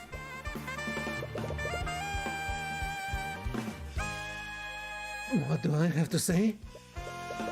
His bracing becomes more frantic. He clearly not used to being put in a corner like this. You can see his stress and frustration emanating through the eye of Horus. You have him now. Time for the finishing blow. Argument. I'll tell you exactly what I have to say, you commoner. I am not the one on trial here. I'm here because that bastard child didn't know her place. She's just a peasant, and she still learns the arcane arts. And look what happened. I saw the murder, I witnessed everything. The girl used her arts to murder her father in a fit of rage. I saw the murder, I witnessed everything.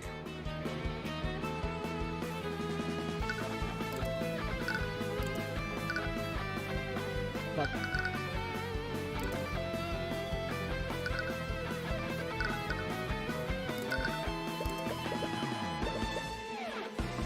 well, he comes to have witnessed the whole murder, but you already proved that he didn't get justice to me. All you have to do now is show evidence to prove him wrong.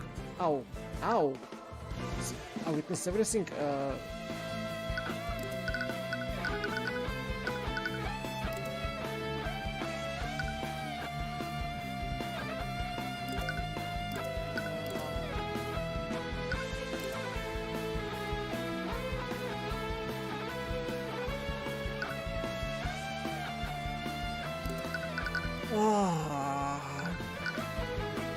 Wait.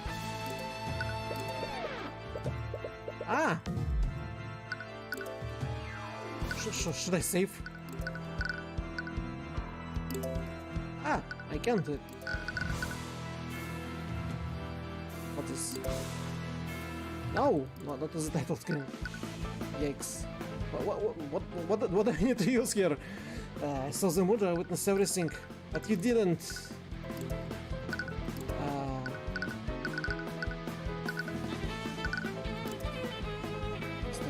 This magical photo.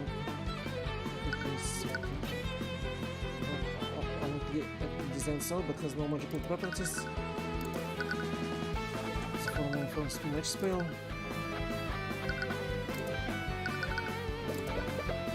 Ah! I'll be out of life soon. Second last, look what happens. The girl just holy out to murder her father in a fit of rage. What I have to say, you commoner.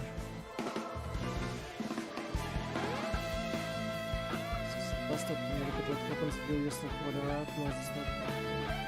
Something in a fit of rage. This is a murder, I've witnessed everything. Maybe is this?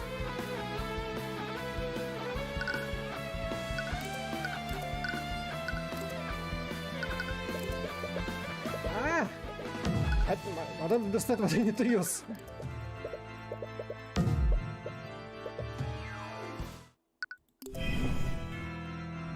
Oh, I can immediately repeat it. Good. I'm not the one on trial here. Here because the bastard did not help place. Just so the murder witnessed everything. In a bit of rage, but he didn't. We proved that he didn't. Ah, wait. Oh.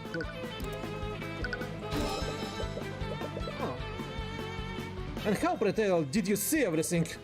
If you recall, you testified that you only took a single step inside the inn. But you would have needed to be within 15 feet to see my client with conjure light. This again. If you go and keep treating me on that one detail, when I admit it, I step further into the inn. I kept the detail out of my testimony. Well, because I knew that you used it to cast suspicion on me. Lord Pierce?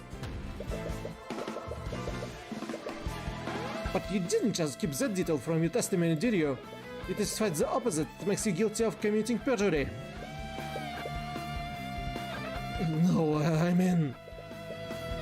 you miserable wretch. Carrick has openly admitted to committing perjury in the courtroom. His lie haven't gone unnoticed. And let's not stop here. Let's not stop there. For your story to be true, you'd have needed to be within 15 feet of my client. According to your testimony, my client had just finished committing a murder. Wouldn't she have noticed you? If you weren't that close, then you have surely been close enough to apprehend her. Wait, I need to read this through again.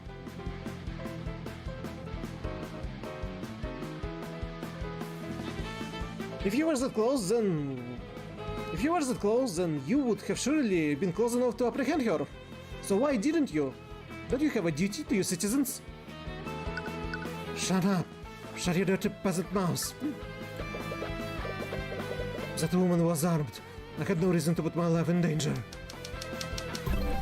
She was bleeding her sword after the murder. I was terrified when I saw her holding that bloody sword. My life was in danger.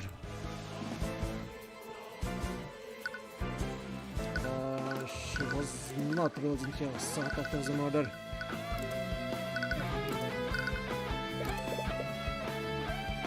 After the murder, this professor knew that it shouldn't be possible, so the useless couldn't have been holding the sword.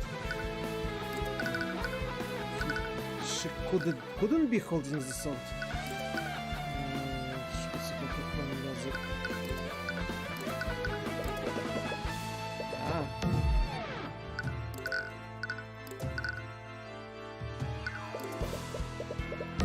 Come on! Why she couldn't be able to hold her sword after?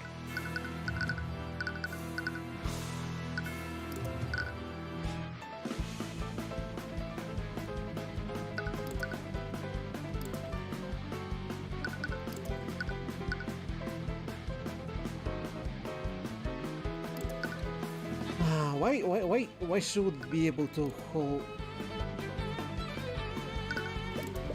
No.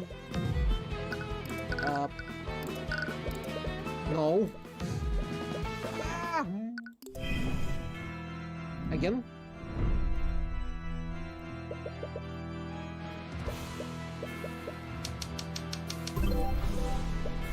Nope, he didn't.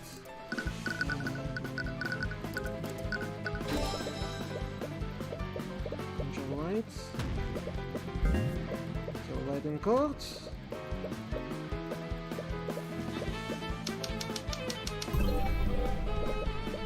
She was building her sword after the murder, but she didn't. How can I prove it? The duration of the spell, large of the object usually blade becoming more effective. But under the effect of the spell, the object in the must be no larger than 5 feet cube. Yes, concentration. Duration 1 minute.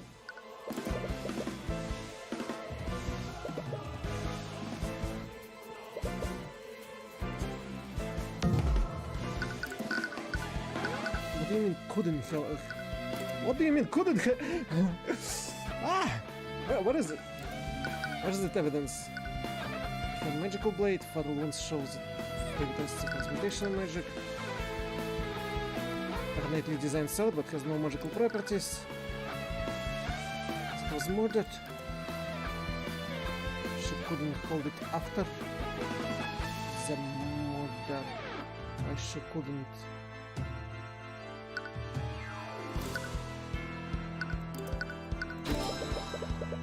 But that can be right, can it, Lord Pierce?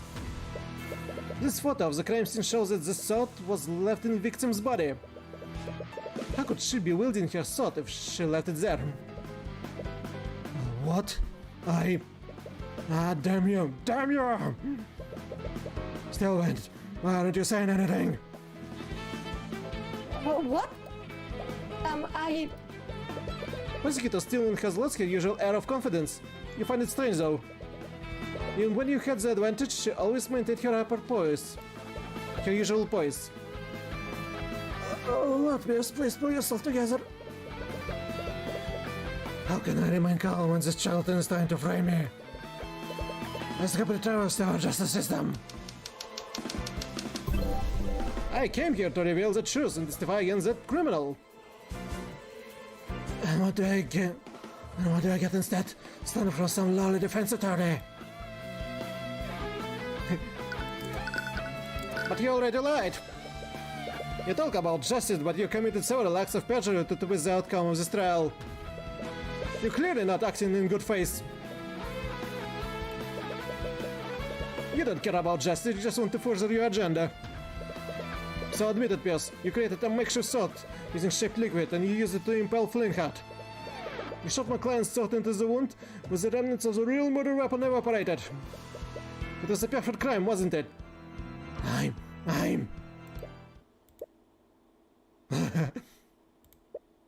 What? Pierce? My apologies, Your Honor. It's just that I realized something absolutely hilarious. What? Has he finally lost his mind? The defense put forward an interesting theory, but there's one problem with it. And what's that? I think you said it yourself. You shoved Celeste's sword in the wound while all the remnants of the real murder weapon evaporated. It was perfect crime, wasn't it? You see, it would have been a perfect crime, because any evidence of the positary would have evaporated with that frozen blade. What? No! He's right. If he used the ice blade to kill Flintheart, it would have been evaporated by now. Since it means there would be nothing left of the murder weapon. No!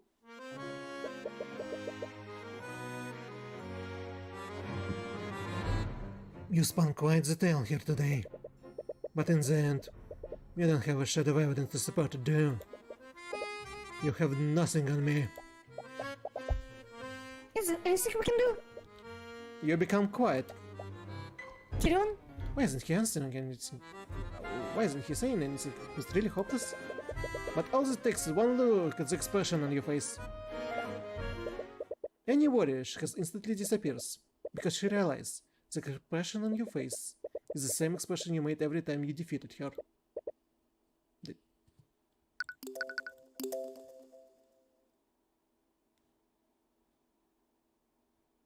Defended her. It's the same expression you made every time you defended her. I suppose they'll fix it later. What is this? You can glare at me all you want. It won't change the fact that you lost. I despise people like you. You twist the system to serve your own ends. You trample on lives of innocent people. But as long as I'm here, I will never let it happen again. Naught can remain concealed. Empowered die. Huh? What did I just do? Your head feels like it's about to burst. The pain is unbearable and overwhelming. At the same time, you feel an extreme sense of clarity, as if you can see more than you could before. I can't believe that peasant pushed me this far. Once again, you see Pierce's thoughts through the Eye of Horus. But it feels different than usual. It's more intense and potent this time. It's almost as if you can do more than just read his surface thoughts. Empowered Eye. You activated Empowered Eye. With it you'll be able to do more than see the witness thoughts. You'll also be able to affect what they think about, project items into Pierce's mind to invoke thoughts from him. You'll want to project items that make him think about the murder. Evoking the right thoughts will raise your insight. When the instant gauge is filled, you have everything you need to implicate him. Project. How about shape liquid? After all the trouble I went to, I can't believe that lawyer figured out the spell I used. Well, no matter. It's not as there any evidence to prove that I used it. Unlucky that old fool had a bottle of water with him. I got him. Water from a bottle? Wait, a bottle? Well then, as riveting as this has been, I believe it's time for me to take my leave. Now wait a minute, Pierce. What is it now, you wretch? I'll say it as many times as you need to hear. There is no evidence of a liquefied weapon at the crime scene. You're right, Pierce. If you did use shape liquid on a body of water, the murder weapon would have evaporated entirely. Uh-huh. It seems you finally gotten that fact to your sick hand. Bravo. But let's not get ahead of ourselves, Pierce. What if you didn't use shape liquid on a body of water? What if it was another type of liquid? What are you going on about? Pierce, shape liquid doesn't just work on water. It works on all kinds of liquids. This shattered bottle contains liquids that you cast your spell on, didn't it? You show him the picture of the shattered bottle of lotus juice. That bottle. Pierce, I found this shattered bottle on the ground near the victim's body. I wonder what caused it to shatter. You must have decided to use any liquid you could find. Luckily for you, the victim was holding the perfect quantity of liquid in his hands. I wonder, Lord Pierce, if we had someone analyze the broken pieces of this bottle, would we find traces of transmutation magic? You little... That still proves nothing. So what if there are traces of magic on that shattered bottle? So what if there are traces of magic on that So what if there's a traces of magic on the shattered bottle? You still don't have a murder weapon. I wasn't finished, Pierce. What? You see, the liquid contained in this bottle wasn't water. It was soda. So, what difference does that make? A blade of ice made out of water would have evaporated entirely. But a blade of ice made out of soda would leave a puddle of dried residue. No, it can't be. I wondered why there was such a subtle trace of magic under the body. If we check the outline of the trace, I bet we'll find a dried puddle of soda residue. That would prove that you used your magic on that soda. That's your murder weapon, Pierce. And that's checkmate.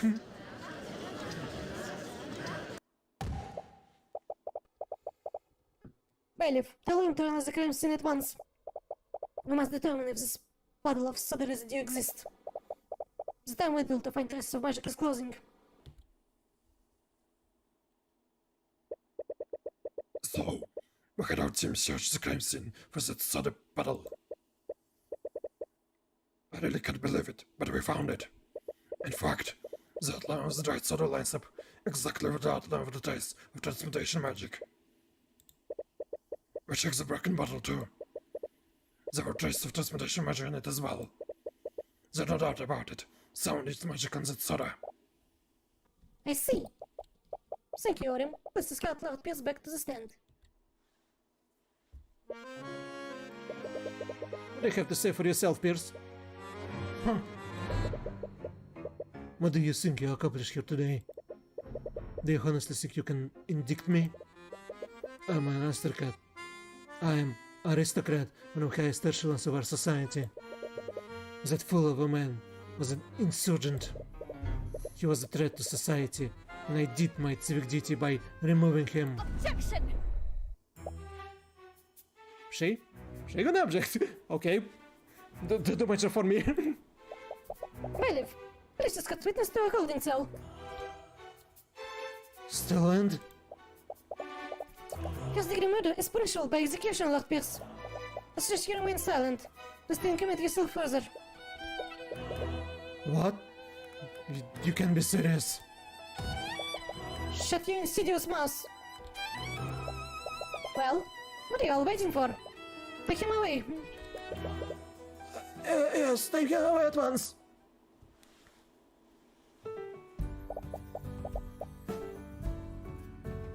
I can't believe it, we actually won! Tyrion, It's all you can do to hold back your tears. You don't need to say anything. If I say that all, Thank you. You more than exceeded my expectations today. Mr. Mona, I'll be honest.